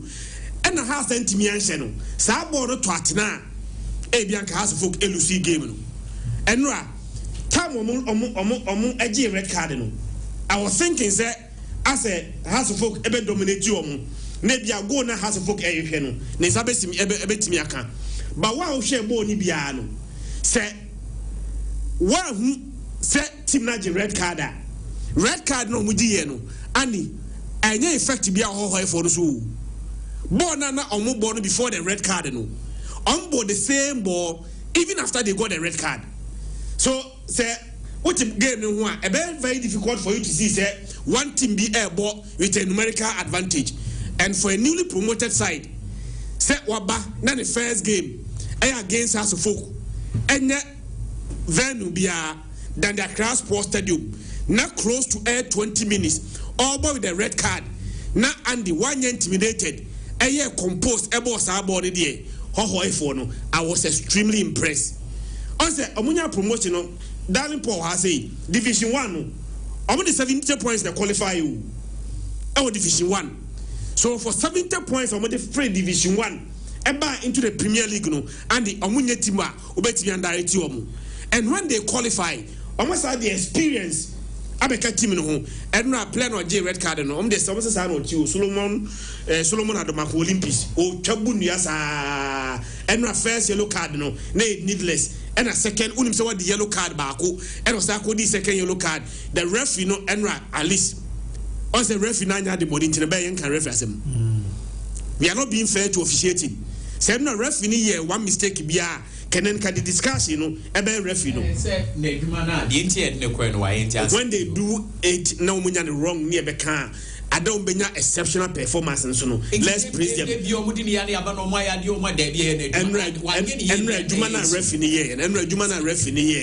I think the referee was very, very, very, very good. Nice officiating. Yeah. FIFA for no money excuse. I'm going to do money. But when it comes to officiating, or standard tall, yeah, and he's one of the best. FIFA referees, FIFA Premier League. But Daniel, referee now Kotoko as good. Keep a free goal post to ebeche ball outside no sila awanye fa okra saje e ma Kotoko player no nya referee Kotoko ne young apostle ne FIFA ref and no one said that obi afrawa what was say well Reginald Collins I think so and Enra officiating first game of the game on say Andy the you see who you are and the assembly you are who you are when no one is watching. One kwa show baby boy when obi ani hwe no de wo ye no and who you are when the cameras are you the eyeballs are on you are and you try to impress and no a referee ni say first game there everybody hwe no it obeti me impress dia kana camera enko no dia kana obi ani hwe no if you are going to maintain the same level of air officiating I think the complainer among for the about air referees and the subetimi ati for no I was impressed the way they play but on say most of yeah the newly promoted side don't bomb first game omitimi boni gidigidi sa by year koni nyina no Baseke Holy Stars so be share Hasselhoff last year be we season na Baseke wo hefa on timi anto aso sa for no MPK lessons from sa newly promoted side how they play their first game one omuntimi maintaining the same air momentum if they are able to maintain the same momentum there then I think there will be a team so obeshana obebrepa omu coach ya ka se onim Hasselhoff so I adwuma Hasselhoff pain coach Abdulrahim Bashiru Tidani former Hasselhoff assistant coach enra on the be adwuma no on the for no ba ya enra be adwuma I think say ono so adwuma ni ye pa na momo Hasselhoff last year, Darling Paul and Rokai said the best defensive team in the Premier League, na Hasselhoff. Sir, the best defensive team, on my side, Augmentino. Enra, sir, Yawamanka Befi or about right back. Sir Benjamin Asari, dear, Okatawa New Grana, so Umpraya, Odom say Hasselhoff, first choice goalkeeper, dear, Benjamin Asari. Yawamanka Befi or right back. Ransford Benson, Ebo left back. Ali Muhammad, any Kevin or Saisi B. Ali Muhammad, the new player. House of Folk signing you know but Ali Muhammad Eddie Kevin or Size Bino any momo Senra Campo Gusiadi SND message say or more from south sa bomo sa so partnership no e ade minimum ho and the partnership no there was no major problem the only major problem hu ye anytime wa Hawaii for no enya sa free header na Benjamin Asari etimi save sa ball no senya Benjamin Asari ne save ya can we blame the two centre backs no their position I want to me clear ball na Abrante etimi enya sa head na or the two atene no and me line up no me nyani right David Opona Frani any Abrante friend Hussein any Abdul Karim and a board a 3-man midfield baby House of Folk seems to be struggling last year chances creation and to be quite frank I did not see House of Folk creating so many decent chances. Sebia Andy Humbia, obetimi aka kire me. Ade ba ko House of Folk last season no, e kire hoye no, na anim hono no. House of Folk entimi create decent chances. Kenra, I think say one player na or try so betimi create bibi no, Martin Kakari. Martin Kakari crab ball na, or the ball pushy, he was trying to create certain decent chances but now far and few. Franduku, I'm from Vision FC, STT, and Enoch Esubontin. These are players that started the man has to work in attack. But I think that the creativity now we're expecting when you don't create, difficult for you to score. A few times, and go bia, now go about out of nothing. Most of the goals are team decision through effort. Ya try say ye creative goals no near Timiashe. Enra disappointment they say has to folk and Timian create a chance. And said now can since I go Didi Dramani ever has to folk no every single game piano they were scoring goals from the top 4 to the cup way the Democratic Cup World Cup every single game piano has to folk etimi eshegu enra me sando caution was say and your first time in Yahoo has to folk on my yard pre-season Kashala one at the time no omutimi system goals in pre-season but starting main season now then you see how to folk seem to be struggling enra pre-season games pre-season competition nano how to folk anya dia krano otimi the ball to atina against a Gold Stars from a 2-0 down has better take abo A22 and then now you started the main season now we hear goals no and now goals then timiama no krano and shada enya worried say me your coach na say me team ent me anhye but we team create more chances and there is hope but one team anhye but chances now has to focus on team creating no what's a major problem coach Andy going forward no so team here ho adwuma Paul yeah Andy did the ball and run system need to say did the ball as a house for you so ama ebi mo kasa pa yeah has a result oriented club so mo bobo no mo pon a the amount for share ni mu ni say has to focus saying Sir Christian start aka with goal scoring last season that was the major problem. But my Musa says has one of the strikers. Aside say Frank Abraduku, Hamza Isa, Amo Prince Owusu Kwabena. These are the main strikers. You know, Abdul Aziz. Yes, I'm Maulu operative from the width. Okay.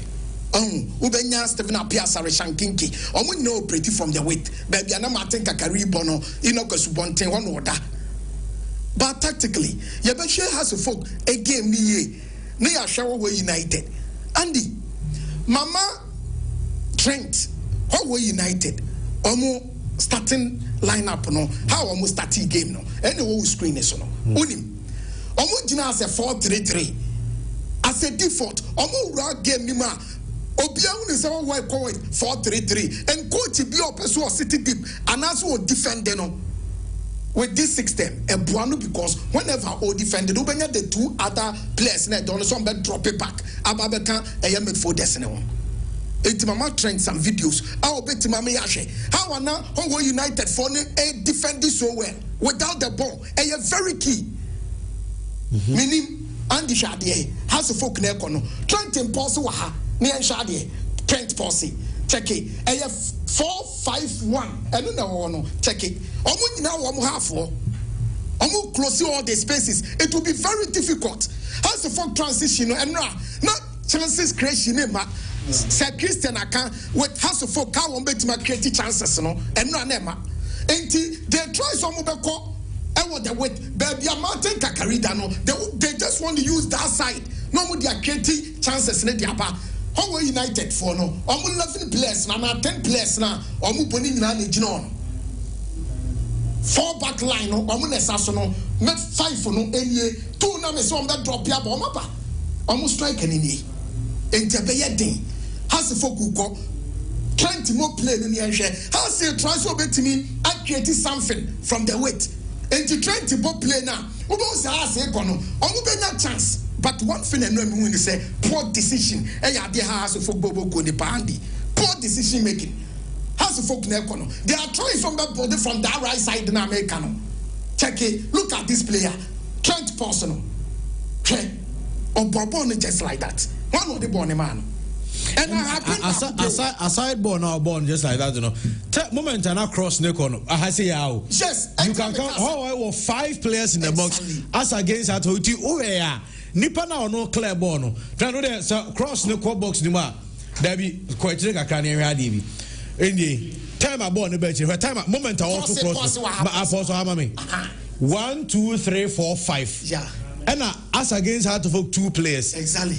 Now nipa na clear ball no crano. He was virtually free. That's Solomon Atumako. Because that time now all men no box no ma. No mo na market or ma prevent us player from challenging him. I am with the pass one. Enter me cast a Trenton posse.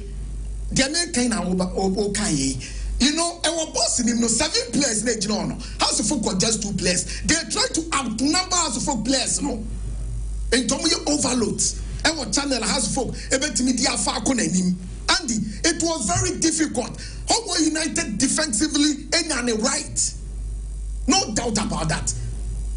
Free kick about 20 person or there no way.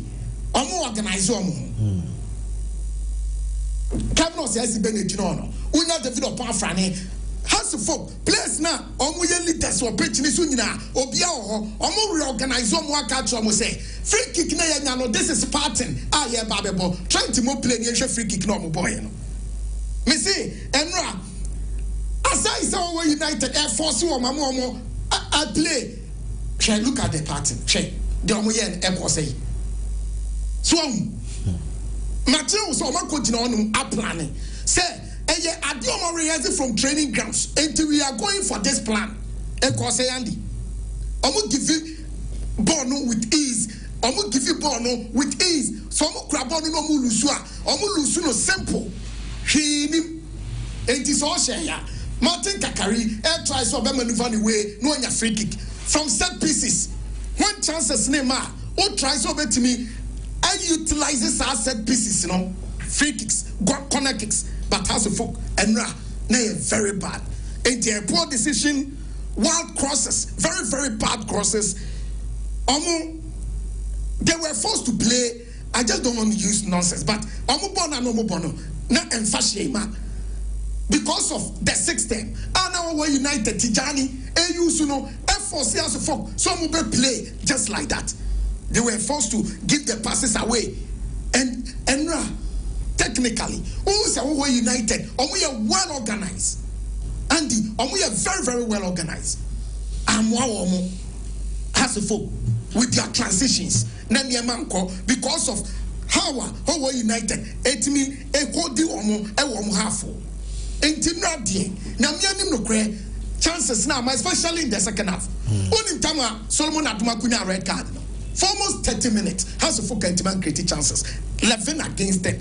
Numerical disadvantage on the part of our United. My news Kakrao Kotoko so yes, Andy. Me free say going forward. But what were United? Only say Peter Meudia. Yeah. Former energy minister. Liberty professionals in you. Sir Christian. Liberty professionals in here. They are well motivated. Always say now the pass be to group in if you are on neighbor. On pass no. Teams is saying they will be Ghana. When you are playing against them. Men form some newbies. There be Omo Ghana Premier League Libida. Liberty. They are Liberty professional players. Omo Paul na Kwame Paul. Obo Liberty you. No Liberty. And then that's why we're United. Even staff no bebre Liberty for. When you are talking of Liberty professionals, and Ghana Premier League, now we talk about quality of player. And Andy, Power United the nyame nim no kre omaba and omaba to stay enya good ye. But Yamfa has in 70s na my news, team news, I was Asante Kotoko Yura, Omni Brekum Chelsea, our Golden City Park. Omoko and Kotoko. Yes, and Omudruye. Kotoko, this game no very, very important. The momo. And the boys in the Obia are well prepared for the game. 3 p.m. Ebe live. But Andy, news ni nano ebe kwa ko wie say with this crop of Kotoko team no. Say ebia okata wani etia pedia hu ni preseason house of ebe team the first 11 about. 18 no say Christian first 11 or the buy no. Ni nyina ya great. But Kotoko, can you say Kotoko first 11 e die ebi wo wa ubedi hu achinya kakre o. Same applies to Brekum Chelsea. Only Brekum Chelsea last season players are omulusu ye. Andy, omulusu 2 players to Kotoko. Their captain, Zakaria Fuseni, Obeka Ubejeu. Omulusu goalkeeper, number 1 goalkeeper, Gregory Opensechere, Edime Diana Bobo Kuno, Rinso Poku, Aquano Matoni Comodovano. No Brekum Chelsea, no Mutoni Mediana. Almost striker, Mishaka Free. So you can count about 6-7 players and normally key status. Brekum Chelsea and Omuni Obi. So it tells you say Brekum Chelsea team money in last season and yet the same team no deba. But Kotoko that strength. I won't bet me they are winning this particular game and but you are Kotoko winning or other Brekum Mono. When they are playing against Brekum Chelsea, they are very, very difficult. With the historical fact, yet Yabako Samne Neka, anytime I got to Kobeko Brekum, a very difficult one at the moment, especially their recent games or Mubono Ono. And the game near day, Abia Yura game him, Nasi share on the field of player. Kotokobe tries or stati Mohamed Kamara. Our right back, and then Kotoko right backs for Nobia Bra, Lord Amu Bra, Nansen Akote stati training. Shaibu Eba Nansenya from Kerala on Uzwebla. And the Amzata Musa, South Center back from Accra Lions, Andy, it's likely so on the bebo because our dance park, when Shaibu Brian on the very replacing and you gotta go on the first game. And he said, Hamza Teba, left back no. Then name say, Bia, na Patrick Kessie to started. Because Patrick Asiedu in recent games on one able 4 and 5 Hamza do a constant Samba O'Neill or a constant but maybe so says Zakaria Fuseni any Henry Ensu why now Babona and why now Beka Zakaria Fuseni a Brekum Chelsea player or buy young Che Henry Ensu a Brekum Chelsea player I got to Kokofa and buy Omu Brekum Chelsea for Omunim Tarino Omunim Pechino Golden City Pechino and Timinim wo the Obekas one started. And Omu Peno, the Ewa dance park against Bibiani Gold Stars. Ewa Super Cup on the day. Maybe free say, Ebia Henry and Subebo because of my that top notch performance.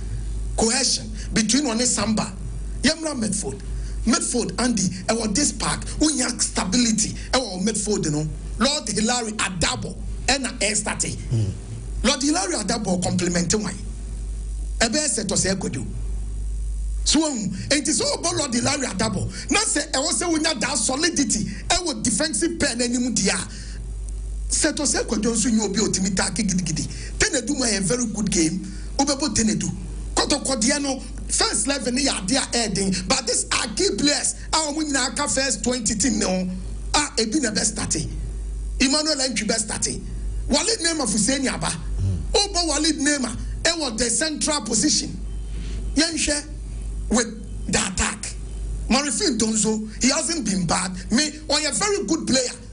Mukola, I want a style of play, but Marifin Donzo, and so quality. I'm free, so when he's been given the chance, on who's my excel. Oh, Kwame Poku, I will attack, and say, but I will Ghana Premier League, Kwame Poku didn't need anymore, or scared defenders. Pay the wire. So what you say? Kotoko lineup, I remember clearly as a 5 to 6 new players beat me. I started. Kotoko set up 5 to 6 new players. And no. Me friend say be our lead name. Say if you also can Set or say could you? Yes, I wanted to answer one able. And Medford look at one old bless no more start you. Medford did Lord Ilaria, the boy, they your best starting. Set us echo John so born, you see a new player, yes. Matu was Andy. And our car Hamzat and so yeah, Hamzat so is because of you. Ebian Kalod, Amwa one corner bebo. What you say? But they say Hamzata is likely so on the best starting. On Wandy, Enti, Ebian Zata with the back line on only starting as a new player. Medford. Kotokoni option, so on the ball, Lord Ilaria double, but I want to compliment him. I don't know, I can't set us equal you, but defensively, set us equal you, man, that robust star, no, the Agadas Modemano, also about that style of football.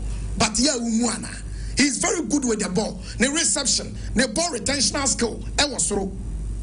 But Abia defensively, Mimi, and two people tell you an asset.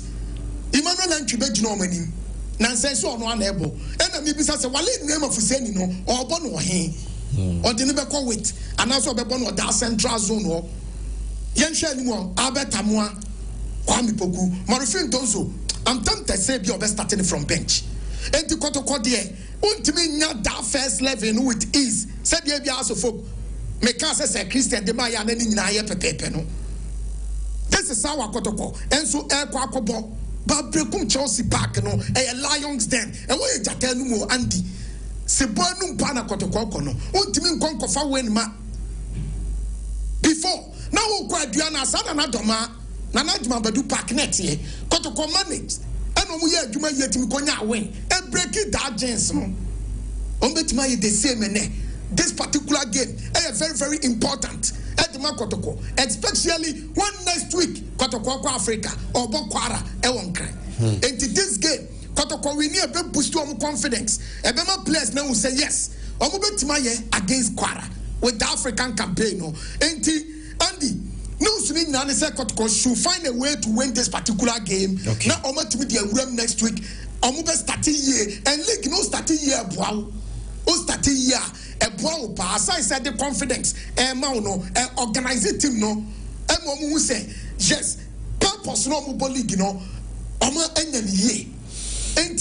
Meaning, Andy Kotoko game is very difficult, but I'm tempted to say, be again, no, a baby draw. Sana mema dream, say, and Shana Kotoko, Timakunya draw, pair, Brekum Chelsea squad, and Kachira will say, nay, or win any team in view. So, who your team? Now, key status, Uluzu. About 7 players, 6 players, and with team Nima clearly, unya that stability in team Nim, unya that cohesion, understanding, no coordination, but they have a certain coach. Anytime our body could be a heading, Kofi Yesu, Wawa Danfo, Coach Bodu, or no super try say, or about with a 6-termer, every bit my fetching win, but my dreams and the bond bit may be a draw. Masa about Sumamiko Christian Hona Minti Kakra on this game I ever so at 3 p.m. today. Andy Christian Kotoko in the last 3 seasons, Omulusu the first game that. So they has in winning first games. 3 seasons now, your boy criminal. Kotoko hardly loses their first game of the season. And Brekum Chelsea last season, I finished 12th. If we Ghana Premier League, now Brekum Chelsea, I finished 12th. But one venue, Golden City Park, Kotoko seemed to be struggling to get a win. Said another darling boy, the Golden City Park, Kotoko, about 5 matches at the Golden City Park, they are yet to record a win. Now, Michel Kotoko top 4, Eshe Kotoko in the Super Cup. Andy Kotoko top 4 first game was a 2-1 loss to A Gold Stars. Ombelusu second game 1-0 to Lions. And now Omane has a folk. Ombelusu say 2-0. So in the top 4. Kotoko lusu 3 matches in Nina. Kotoko Eshe only 1 goal in those 3 matches. They only bounce back to make amends. Abra in the Super Cup. Omokochi Gold Stars Eshe Omekabakwa and the Gold Stars Entimianti. Darling Paul. In the top 4, most of the goals conceded by Kotoko were mistakes. Yeah. Na adia bakwa ɛyɛ common about team a afe na yɛ build no Andy ɛne ehu ne top 4 no omni goal stars no ɛnyɛ Henry nso de pass ball de ma goalkeeper de koto net o pass to net Kotoko concede 4 goals is it 4 goals 2-1 concede 5 goals in the top 4 so 5 goals 4 of them came from errors so me sure say after the top 4 no be a coach use top 4 no aye the yardstick and say mistakes etimi correct now new signings among for so GG player Richard Pepe Suarez me chia uti Morphine Donzo ada Pepe Suarez e ko he Morphine Donzo e wo Kotoko training grounds no ye pon adwuma na me kofi na meti no Morphine Donzo Andy why ne say ayo Haaland said me we am fay Liverpool player ya is you work Darwin Nunes me hear Darwin Nunes won correct because now I heard Darwin Nunes Benfica against Barcelona. To about Liverpool, no, I was cocksure said Darwin Nunes befa, but I'm fat. Morphine Donzo, Andy, a new player. Winger, Hubert Joe, new player. Midfielder, Francis Aqua, new player. Hilary Adabo, a new player. Andy Enti, sad new players, no. What the year new team one? There a better for you to have understanding between a players, and until who no top 4 say so many mistakes and I got to committee when they playing the top 4. Andy, I never got to go in so say this year I'm about 3 different competitions. So I'm about league, I'm about FA Cup, no I'm about Confederations Cup. As much as they can, or more eliminate these elementary errors.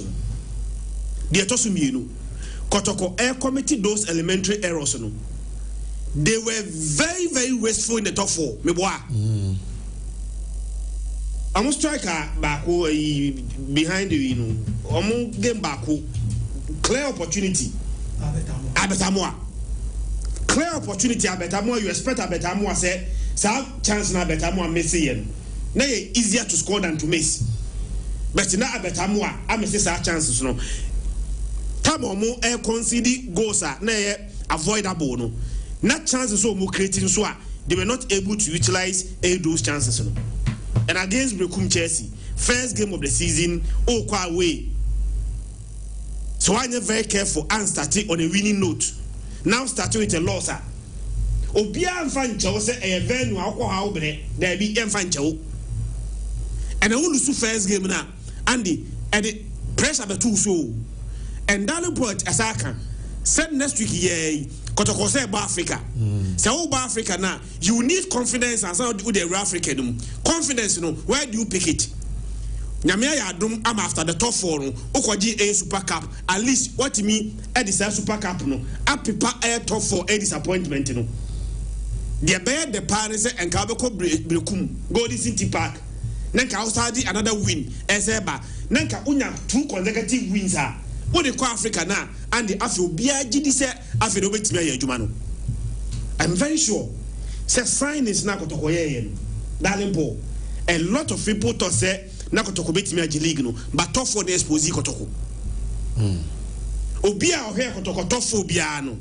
Afe, or France here revising the notes and say, and not too easy. Sekotoko Betimiaji League, I'm not saying so Muntibenye. They can still win it, but a lot of work needs to be done, especially elementary errors and their inability to take their chances. Against Brentford Chelsea, said Kotoko, ato new players. Brentford Chelsea, so many players are almost ato new players.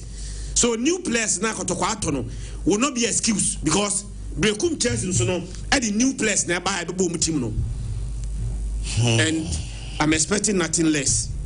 I think say Darling Podika can na domai din na Kotoko ntimi mpeki win. Menye sure say we team kesia ese ogi tum say venue bi wodum na edi untimi nkonkoshe edia there are certain venues bi wodum a and there so kona kofa win wodum and I think says if Kotoko he tried to say umetimi akoshe Brentford Chelsea they will start the league on a very very high note. The last time Kotoko won the league 2022 meboa they say so no league no GS ka wom Sa 2022 no, Uji League na I think say Uji be 2 billion. But say Uji League no, abeji 20 billion. So the motivation to win the league, very high.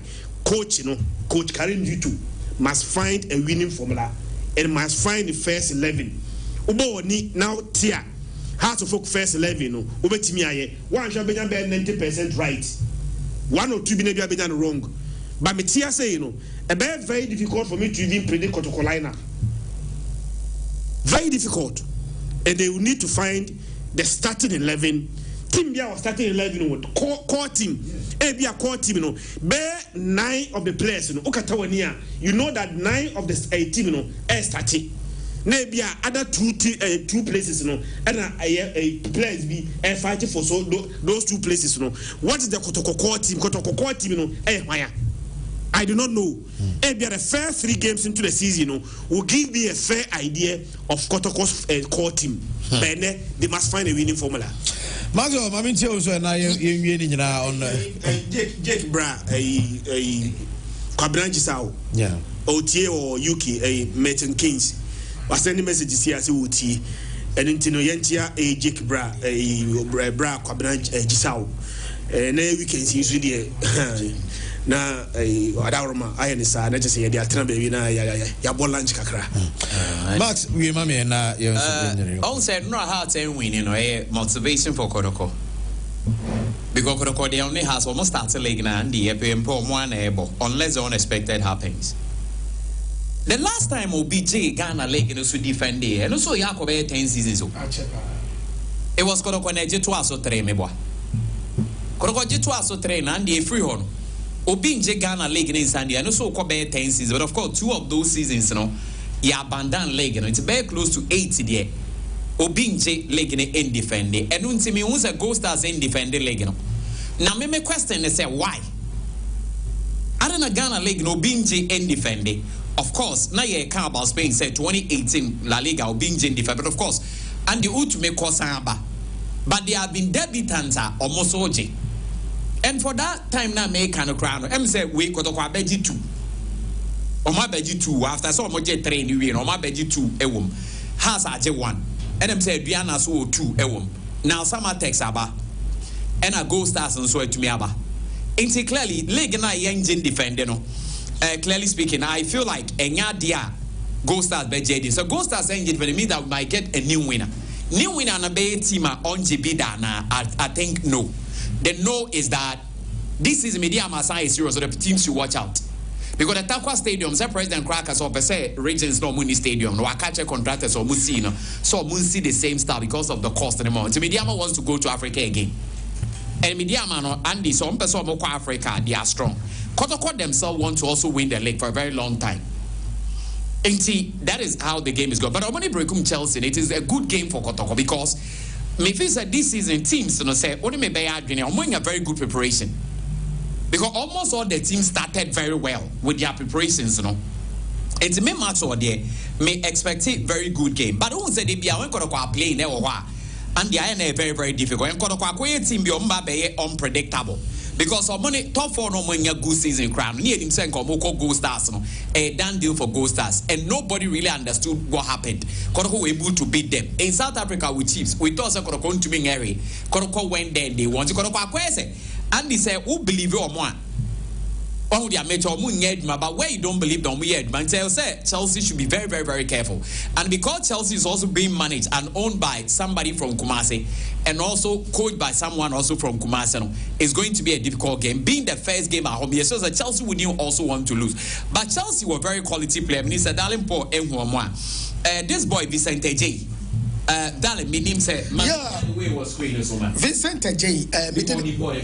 Mede the picture Emma Trent. My name is Trent Bemiasha. Vincent ni. A very fine midfielder. And Andy, omo kwesi Sorotu. Kwesi Sorotu Badori.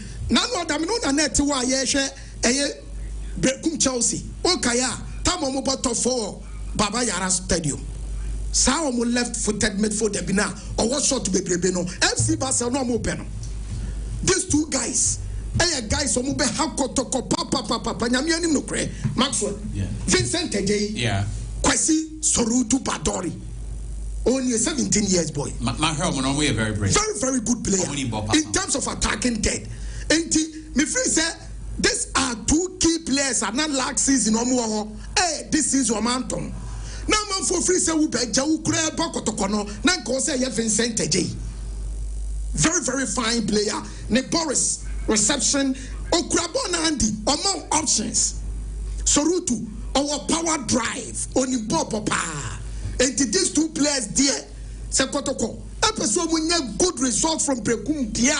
Also, keep eyes on these two players. Na me anim no kre Basel, FC Basel. Okay, I'm gonna be fast. I'm willing to from Kotoko. No more per boy, no. Yeah, sure. No more pen Sorutu. And they are very good players. And Kotoko, na me anim. These are boys. Okay. For this particular game. Okay. Say Christian, breaking news. Lamiyama out injured. Yeah, I told you when to be on your training and coach na be confirm Mrs. Unko fikisi na.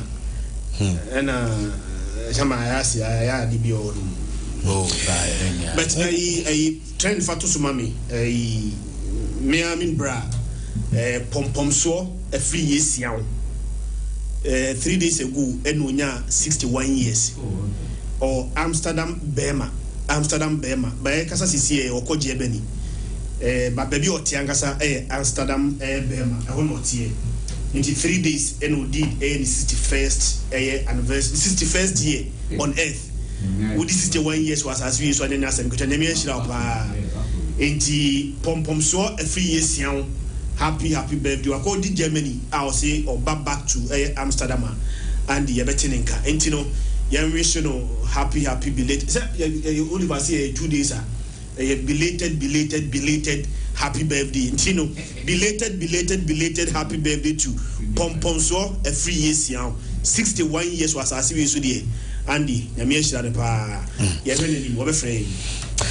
happy birthday to Jessica Nana Linda Ajman. We free big brother Kwaku Fit and Kwaku Fit of Paul's Fitness Gym. Then we'll see and we'll show a happy birthday to Jessica Nana Linda Ajman. Happy birthday going out to you from your big brother Kwaku Fit. Okay, sounds so. And I mean wish Mrs. Perpetua Amponsa. Mrs. Perpetua Amponsa and your birthday. Now we are the wife of Mr. Bismarck Aduma, the ECG boss. Ewo ejoso or say young wishy a wife. Mrs. Perpetua Amponsa, a happy birthday and for Mrs. Perpetua, happy birthday going out to you from your husband, Mr. Bismarck Aduma, the ECG boss. Ewo ejoso. So and I'm a wishing me a ata 80 a happy birthday today. 80 happy birthday Kodi Amao. Nadia meaning say they are winning an ajmaimo. Anything no any jai dam will bust. 80 happy birthday to you, bro. Nyakopo Inshao na on her suyepa. Have a wonderful birthday, stay blessed. So and Gucci and your birthday. Gucci, happy birthday to you. Gucci main. Gucci no. Happy birthday to you, bro. From Team Nina Nangopo Enka on show. Have a wonderful birthday today. Guys, Nina say we show a happy birthday today. Gucci, happy birthday to you. Nangopo show pa. Andy Mami wish birthday we free Escobar Jeto. Asamoah James Escobar or say young wish Mafia happy birthday Emano and Mafia Auda and or say Tridian Punyankopon say Unshirano pa na onyanekese no nyin infra dum kwa dumu enti Mafia happy birthday eko edi amount Escobar Jet Escobar so we show happy birthday. Last one we a special happy birthday, Jemfi Owusu Manuel Ketri. Or Sunyaitira, nay any birthday as a young guy, and I bless him with a lot of favor and longevity, good health. No nyini meye nipa kese. Happy birthday, Jemfi Owusumano Ketri. Okay, right. Yeah, this is Nyangopo Aduma. Yebesanso to us, but commentary. Yebesanso about later today, and of course, the Akenya who some exhibit media about Midi Andrews who exhibit your family and the Caslas. What team Nina Enka. Have a wonderful weekend. Stay blessed, Yakram. Good afternoon.